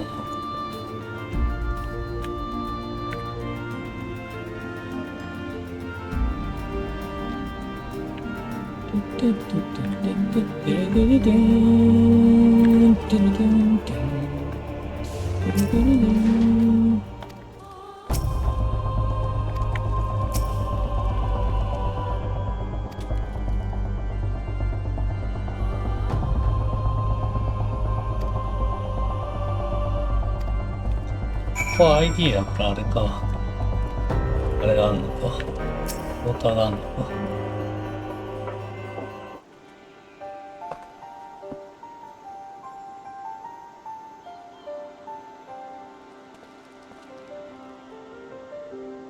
現在この周辺で異端者が潜伏先に使われたと思われ、秘密行動の侵入口を探している。西ガードの神殿騎士団とクリスタルグレイブの共同による大規模な作戦だ。先ほどイダとパパリも応援に駆けつけてくれた。だから異端者たちの死刑を生かした妨害工作にあい作戦を思うように進んでいる。見つけたぞ。と、来ました。ミコ様のために死ね。来た。いいな。一発かよ。一発で二人かよ。アルヒノ様、大丈夫？危なかったね。いや、アルヒノそんな弱くねえと思うんですけど。全くだ。助かっていた。この辺りを抑えたつもりだったが、思った以上に、奴らは道を知っているな。やはり地のリレーは勝てないか。アルヒノ総帥、ご無事ですか？指輪せ。ララフェル族が来ました。それはよかった。報告か。秘密コードの侵入口を発見しました。現在、神殿騎士団の方々が確保している。よし、これで入ることができるか。ざっと周囲を見回ってきたけど、あたりに、異端者たちが集結しつつあるみたいだ。中央高地に散っていた連中が戻ってきたんだろう。侵入口を探そうっていう、こっちの動きを外から妨害するつもりらしい。全方位から一斉に攻めた方が良さそうだ。なるほど。全軍で狭い秘密コードに入れば、後ろからの退路は立たれ、攻撃削除されないか。我々はこのままアイメリ教に合流し、周囲に潜伏する異端者の相当に当たる。君は少人数の部隊を率いてコード内に潜入。氷の巫女の足取りを追ってほしい。コード内敷地、何が起こるのかはわからない。危険と判断した場合は無理をする。くれぐれも気をつけて。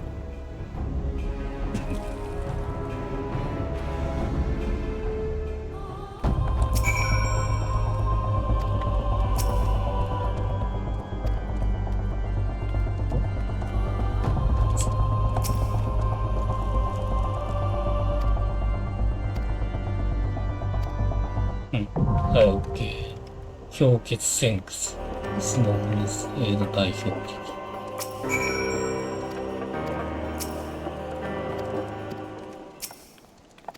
まあ、覚えてねえけど、タンクでもいいかな。これはトイレ行ってくる。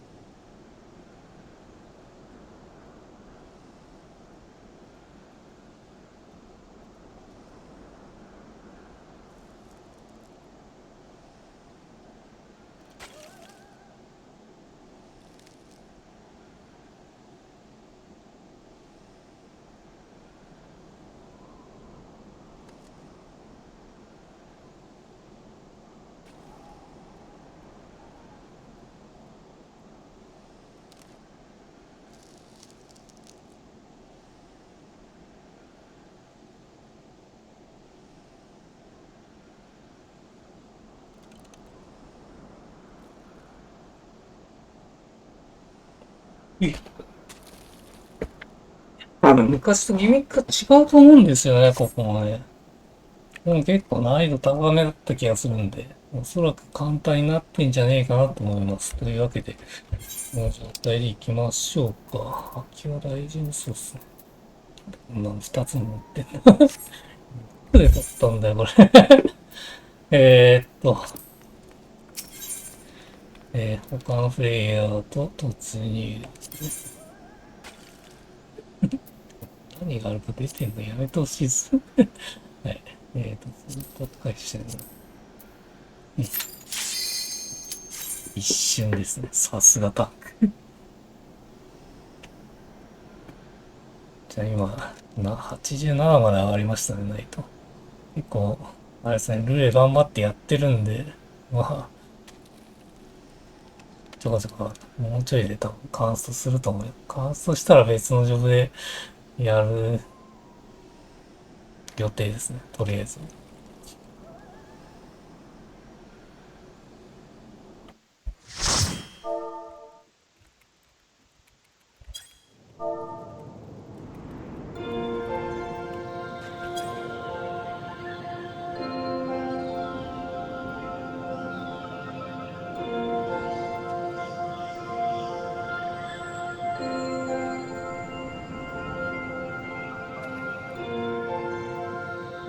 頑張りましょう。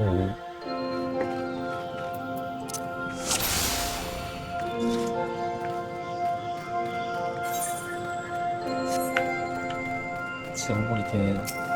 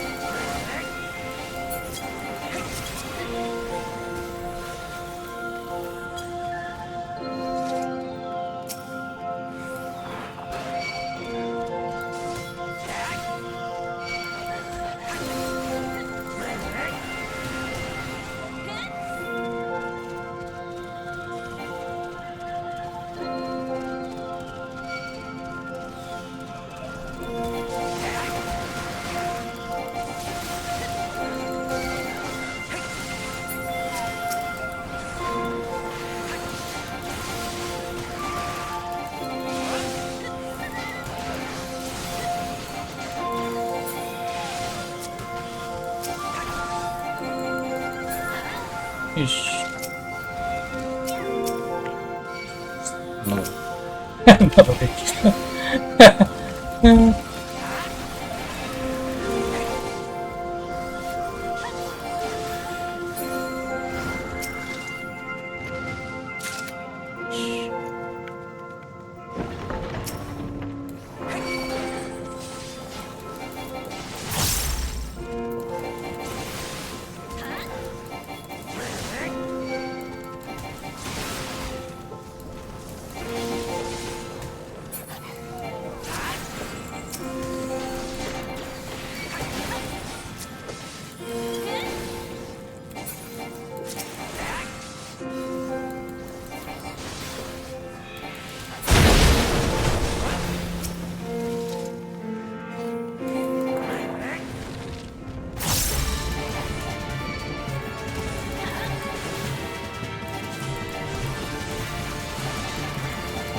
いや、この BGM 懐かしいっす。そっか、この頃この BGM 流れてたね。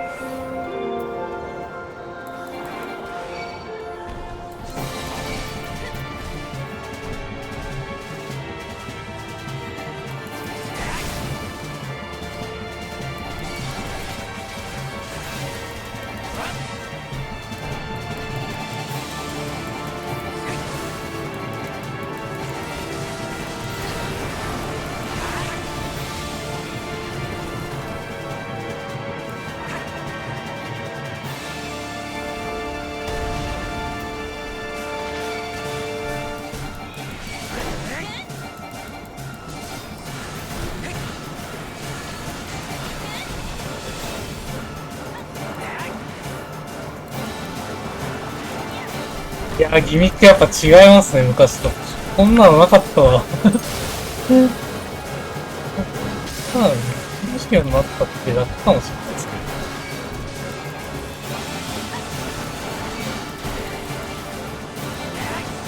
機関士。いや、これ真ん中行くの鬱陶しいな。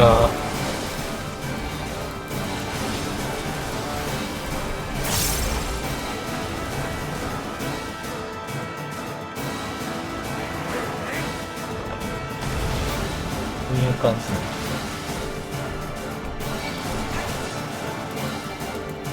いや、ミキナのいけるっていうギミックだって違う。変わったんだよね。こっちの方が楽っすかね。いけるの。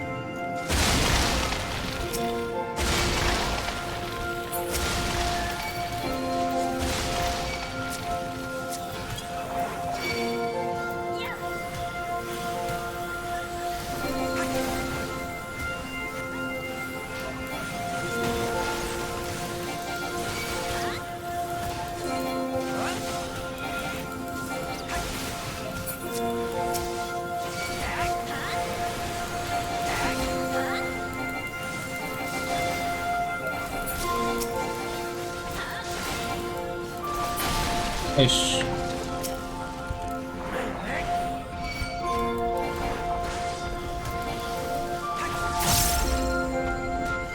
足割り。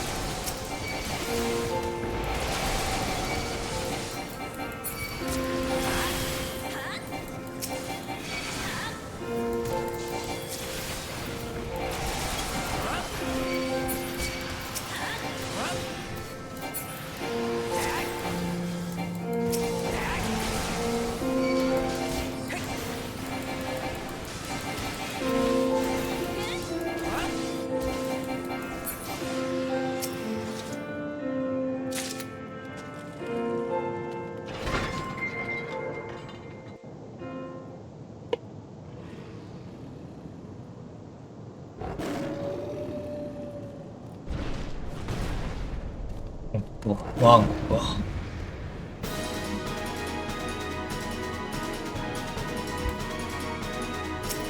便利ですね。そう。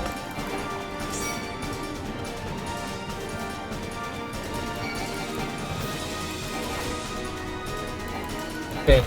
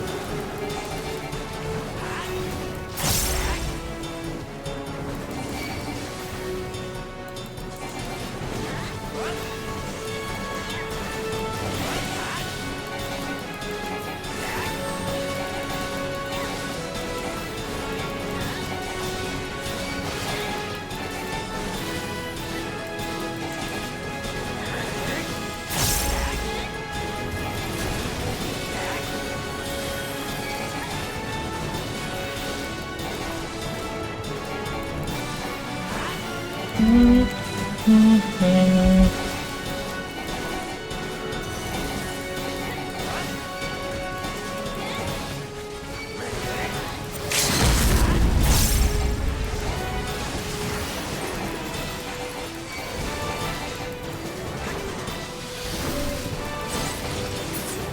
や、お疲れした。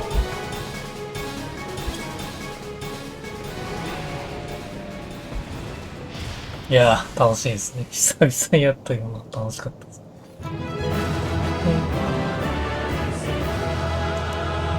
この頃、まとめないとダメですよね。50年とかダメですよ。アンティークいらないっすね。いらねえな。じゃあ行きましょう。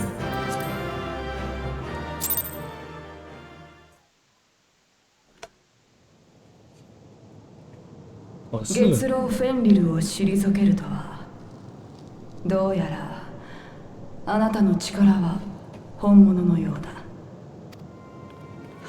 そこ俺のミコです。光の戦士よ、ここであなたが来るのを待っていた。私の名はイゼル。あなた方が追う氷の巫女。声通るね、イゼルさん。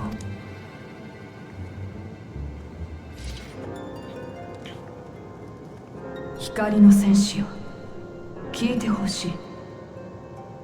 我らにはなすべきことがある。イシュガルドの民とドラゴン族との果てなき戦い。私はこの戦いを止めなければならない。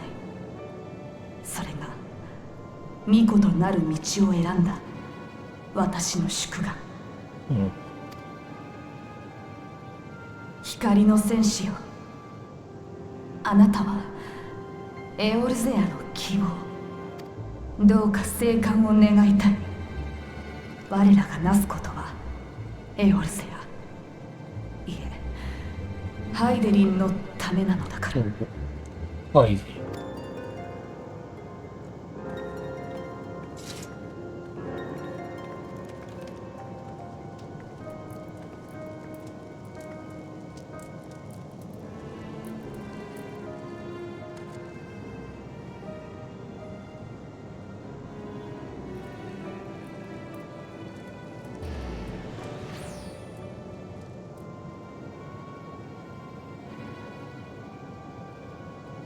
でも戦うって流れにならないっぽいっすね。この時点ではならないっぽいっすね。きっかけで多分やると思うんですよね、芝に関して。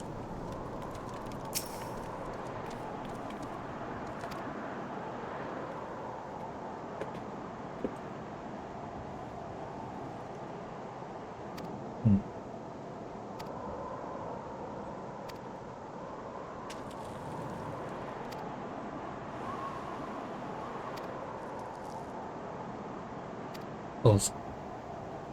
召喚阻止しないといけないです。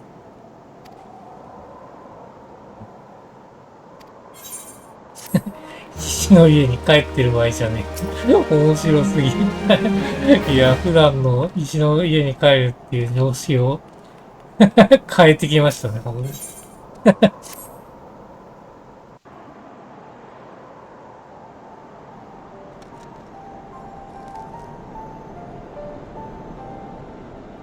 服着てきたね、ミニシが。ミニシが来てくれた。いや、さすがに寒いもんな、あの格好じゃ。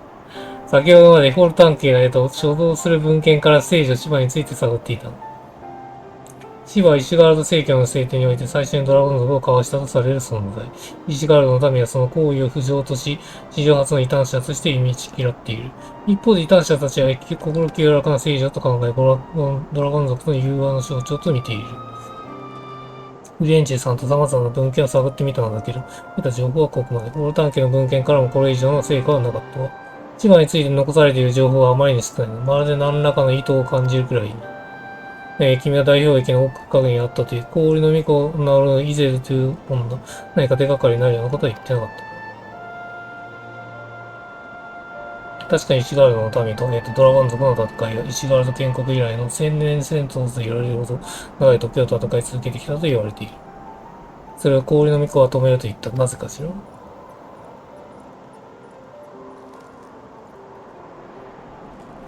この道内の氷域を公共施設調査を進めるんだ。崩壊による、遭難を常に留意する、それを調査隊に伝える。あ、伝令たち。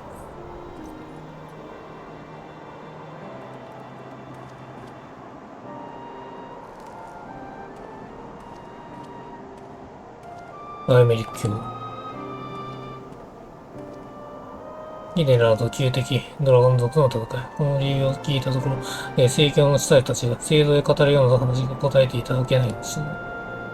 そうだな、クーザスは全身ハローネから我らに与えた真命。これを狙うドラゴン族には剣と槍で抗うべき。聖教の模範解としてはこんなところだろうか。無論君たちにこの教えを受け入れるとは言わない。内世戦いが始まったのは1000年以上昔の話だ。聖典の記述が事実か否かを客観的に証明する方の話は持ち合わせないね。前に過去を見ることはできないね。さて、このような回答で困るかな？いえ、十分ですよ。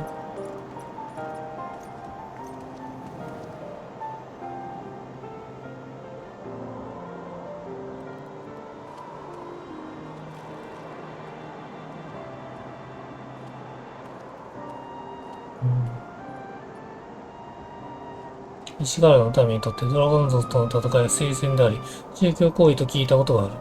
これを止めようというならそれこそ神の力でも使わぬ限りは無理。でもシバは神ではないよ。聖女シバが人であったことは、西側が、異端者側も見解を共通しているはずよ。ただ、万死は願いによって現れる。つまりそれが伝承上の人であっても、祈りとクリスタルによって権限されることは可能だ。以前、モーグリ族が、紹介した全王モグルボグ12世の剣もある。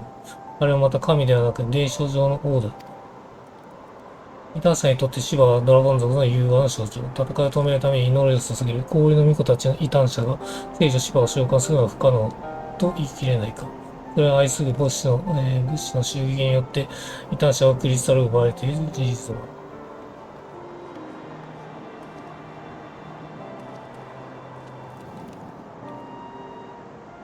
聖女シバを訓練させようとしているなら止めなければ。あれは大地の人の心を腐らせる。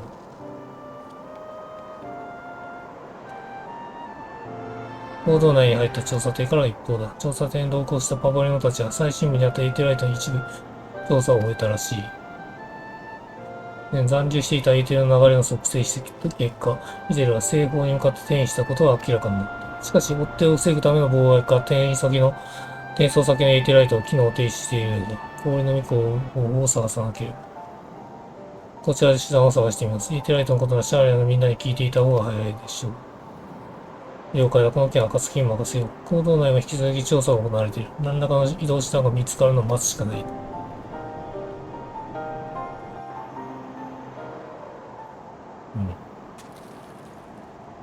カーズ、暁のみんながエーテライトの問題を解決するまでの間、少女を手伝ってほしいと。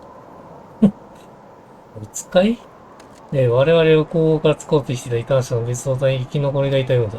クリスタルブレイブの第3隊が追っているのが、地の利用を生かしてされて苦戦しているようだ。この、追跡に力を貸してほしい。もちろん第3分隊だけの叩きはするだろう。だがここはイゼルの逃亡先に関する情報を得るためになるべく異端者を捕獲しておきたい。何よりまだ若い組織であるクリスタルブレイブの隊員に実戦を通じて英雄の戦い方を学んでほしいのよ。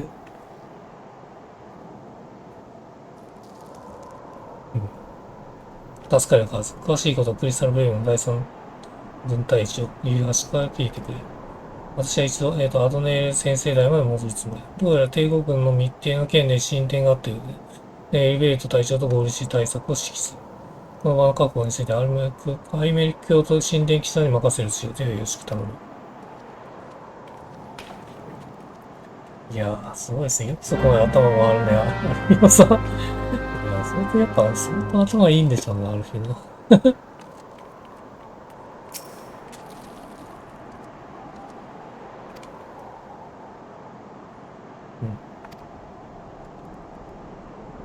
聖ザナフェンの旅。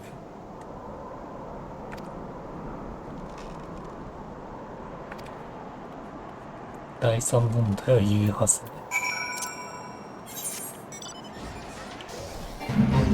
第4分隊がアリアメでした。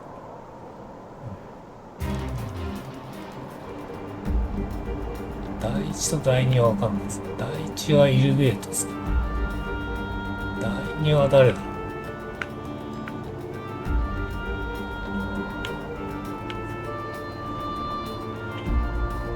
応援です。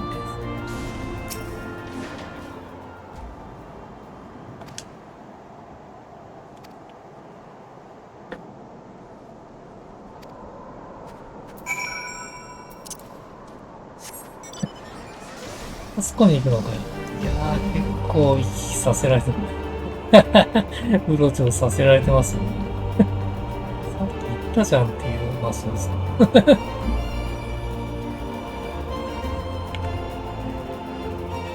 そりゃクエスト多すぎってなるわけですよ。せめて別の場所にしてくれよ。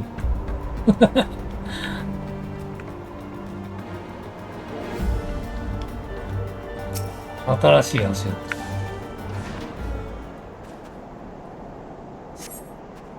南東方向へ続いている。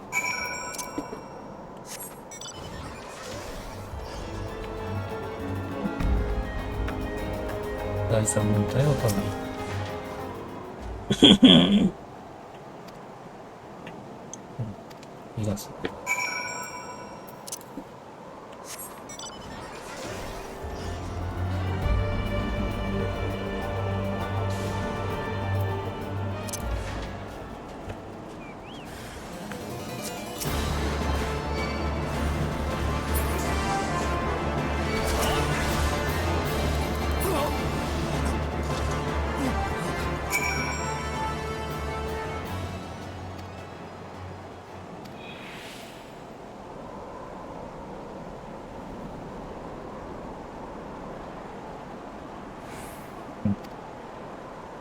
男子です。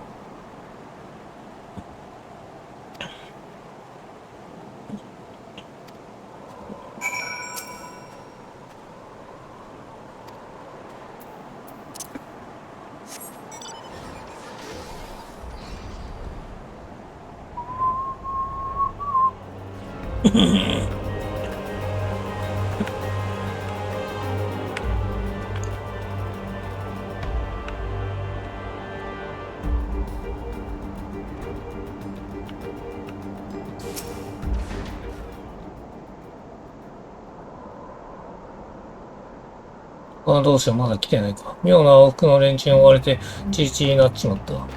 噂に聞くクリスタルブレイブンとかいう連中か。まずいな、この調子だぞ。次元ここにも。もう来てるけど。持ってか逃げるぞ。おっと、ここは通行止めだ、異端者。一面の雪景色、故郷の霊峰を目指す。お、来た、ヨギーさん。ところで商人の頭を取るために道具を一つ売ってもらうにな。ふざけやがって。逃げなんてバカな気を起こすんじゃない。こっちは簡単に殺してやらず意義深くもないんで。さあ、おとなしくこっちに来てもらおうか。畜生。まさかのユーギーさんがこれで合流すると。いや、カズ、こんなにも早く合流することになるよ。どうやらお互い持っていたものが繋がっていたようだ。私がエレベーター隊長に呼び出された理由は、異端者が密会しようとしてあの商人で、彼には不滅体内に潜む帝国の密偵と裏で通じていた疑いがかけられていたのだ。密偵と異端者は奇妙な組み合わせである。まず遊戯ともまた同じ星を追っていたようだ。つい今しがた合流したところ。久しぶりだな冒険者。開拓に向かっていた。ドマンの民に追われて、帝国の密偵絡みの調査を協力している。この方どっかの御人が、宅地から言ってもらうが、確かに帝国はドマの民によって急的でも協力するのはやぶさかではない。それに、いや、我ら忍びの技を法廷にすることにうってつけだ。しばらくともに動かしてもらう。いや、やれやれ。有意義度は何でも見通しない。ともかくこちらの処理を起こした。私の方は内定調査に戻るとしよう。さて、カーズ。私たちはアドネール先生代の日の前に、リベル隊長から報告を聞かなくてはいけない。さ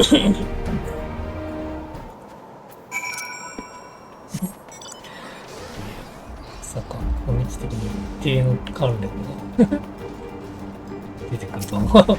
芝の前。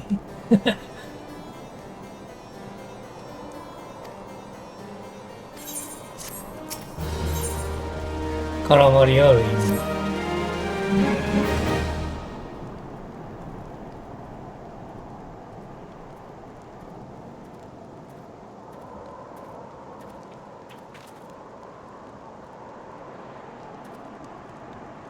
イーベル隊長、ご苦労だった。情報報告を頼む。まず英雄殿が追っていた異端者に取り調べを行いましたが、満身芝の件については知らないようです。こちら先ほどイシュガルド側に引き渡しを行いました。以後は彼らの手で追及されるでしょう。ただ別の収穫がありましたが、奴ら異端者たちが物資輸送計画を把握していた理由が判明したのです。説明してくれ。帝国の密偵を探っていた件、先立って確保していた容疑者につながる線をたどり、何名か遡ることができたのですが、そこで足を取られました。内定が露見した可能性を今日考慮し、この時点で関与が疑われた者を一斉に検挙。5人の容疑者を捕らえたのです。このうちの1人はレムナンストール開拓団の支援任務を担当する不滅隊の主張部隊の者でした。このは同時に、提供する物資が、この支援物資と被らないようにと配慮から、すべての支援状況にして、情報を共有する立場にありました。今回襲われたホールタン家からの物資についても提供物資や概要や、輸送路まで知っていたのです。その情報をクルザスに出入りしている商人に売っていた。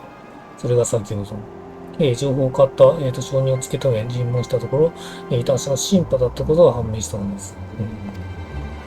なるほど。異端者の情報源は分かった。問題なのは密偵たちの死亡者。姿なきシャフォン氏の方か。こちらも目星はついています。足の途絶え方があまりにも手際よく不自然でした。密偵の調査を進めることは当然ながら重要件です。知っているのは不滅隊の局長を進め、数人のみ、その中で時間をかけて人脈を築ける立場にあり、なおかつ、人事権を含めた権限を行使して協力者から痕跡から消すことができる人物。UA 隊長。決めますか？局長の側近。不滅隊結成当時から参加しているような古参の幹部がシャボン氏だというのか。そうです。不滅隊の結成時にはすでに潜り込まれていた。いや、潜り込めるよ。さらに前から準備されていたのでしょう。しかし、他国のグランドカンパニーである総社と国家団の名士の協力の指導力によって作られた組織。この幹部の選出にあたっては能力はもちろん、名士に対する忠誠心も考慮されたのでしょう。組織としても理想的な構図になっています。一方の不滅隊は応答法であるラーバーンが対立する共和派に、解き伏せる形で作られた組織。結成時王家の忠誠にしか、議員中団はともかく、共和派の、遠境下にある議員、同人団や、鉄道団からは、満足な協力が得られなかったと聞いたことがあります。そもそも当時ウルダーの兵力の中枢だった同人団が、衛兵の集合体ですからね。なるほど。確かに不滅隊は多数の衛兵が参加したと聞く。しかもグランドカンパニー自体、帝国の脅威に対して、急遽用意されたもの。当時の混乱の中で、初期人員として密偵を送り込む隙が多分にあったということか。さらに、総社と国家団では、国政とグランドカンパニーの方針がほぼ同一であることに対し、不滅隊の状況は異なっています。王家を指導する、宝刀派と商人を指導する、サカスシーラ共和派、不滅隊が対立する2つの陣営のもとに成り立っている。当時のエルザの情勢や世論により、表向きは不滅隊の結成に賛成の立場を取った共和派。しかし、組合を守るべき出資を行っていた結成した不滅隊が、いずれ応答派の筆頭であるラーバン局長の紙幣として使われる可能性が出る。そして、ここ最近のサガッシの動き。今回の件で、シャフォン氏の、候補は絞られました。ドマの民の中で、日のりの心得のある者が裏を当たっています。帝国絡みの密偵相手とあって、連中張り切っていましたからね、吉報を待ちましょう。了解した。では、第一分隊と調査を続けていく。加えて、第二分隊引き続き、難民ボードの始末を第3、第4分隊ではクリスタル流と洗うよう指示してほしい。氷の巫女は万神芝を召喚するのに、同様、クリスタルを用いるに出したどっかに接点があるかもしれない。いやー、面白いな、この話。承知しました。異端者の情報源についてアイメッキョにも知らせておこう。これ以上の面倒を起こしたくない。総帥、そろそろお時間です。分かっている。我々帝国について新たな情報を持たされたらしい。このところ密偵の動きもおそらくこれに関係しているものだ。この情報を共有するため3本の城が集うことになった。私もクリスタルブレイブの創設に参加することになっている。イルザの今後に関する重要なことは、イルザの守護者である君にも同席してほしい。大丈夫、ミーヒアの承諾を得ているよ。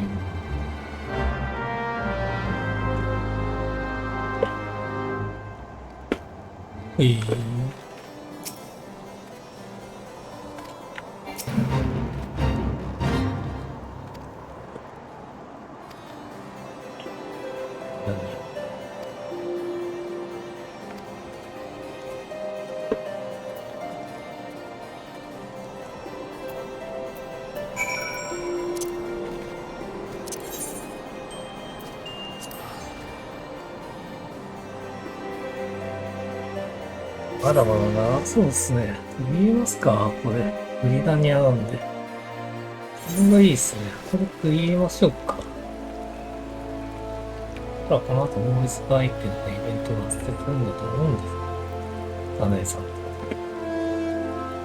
というわけで、今回はこのまでにしたいと思います。次回、それではご視聴ありがとうございました。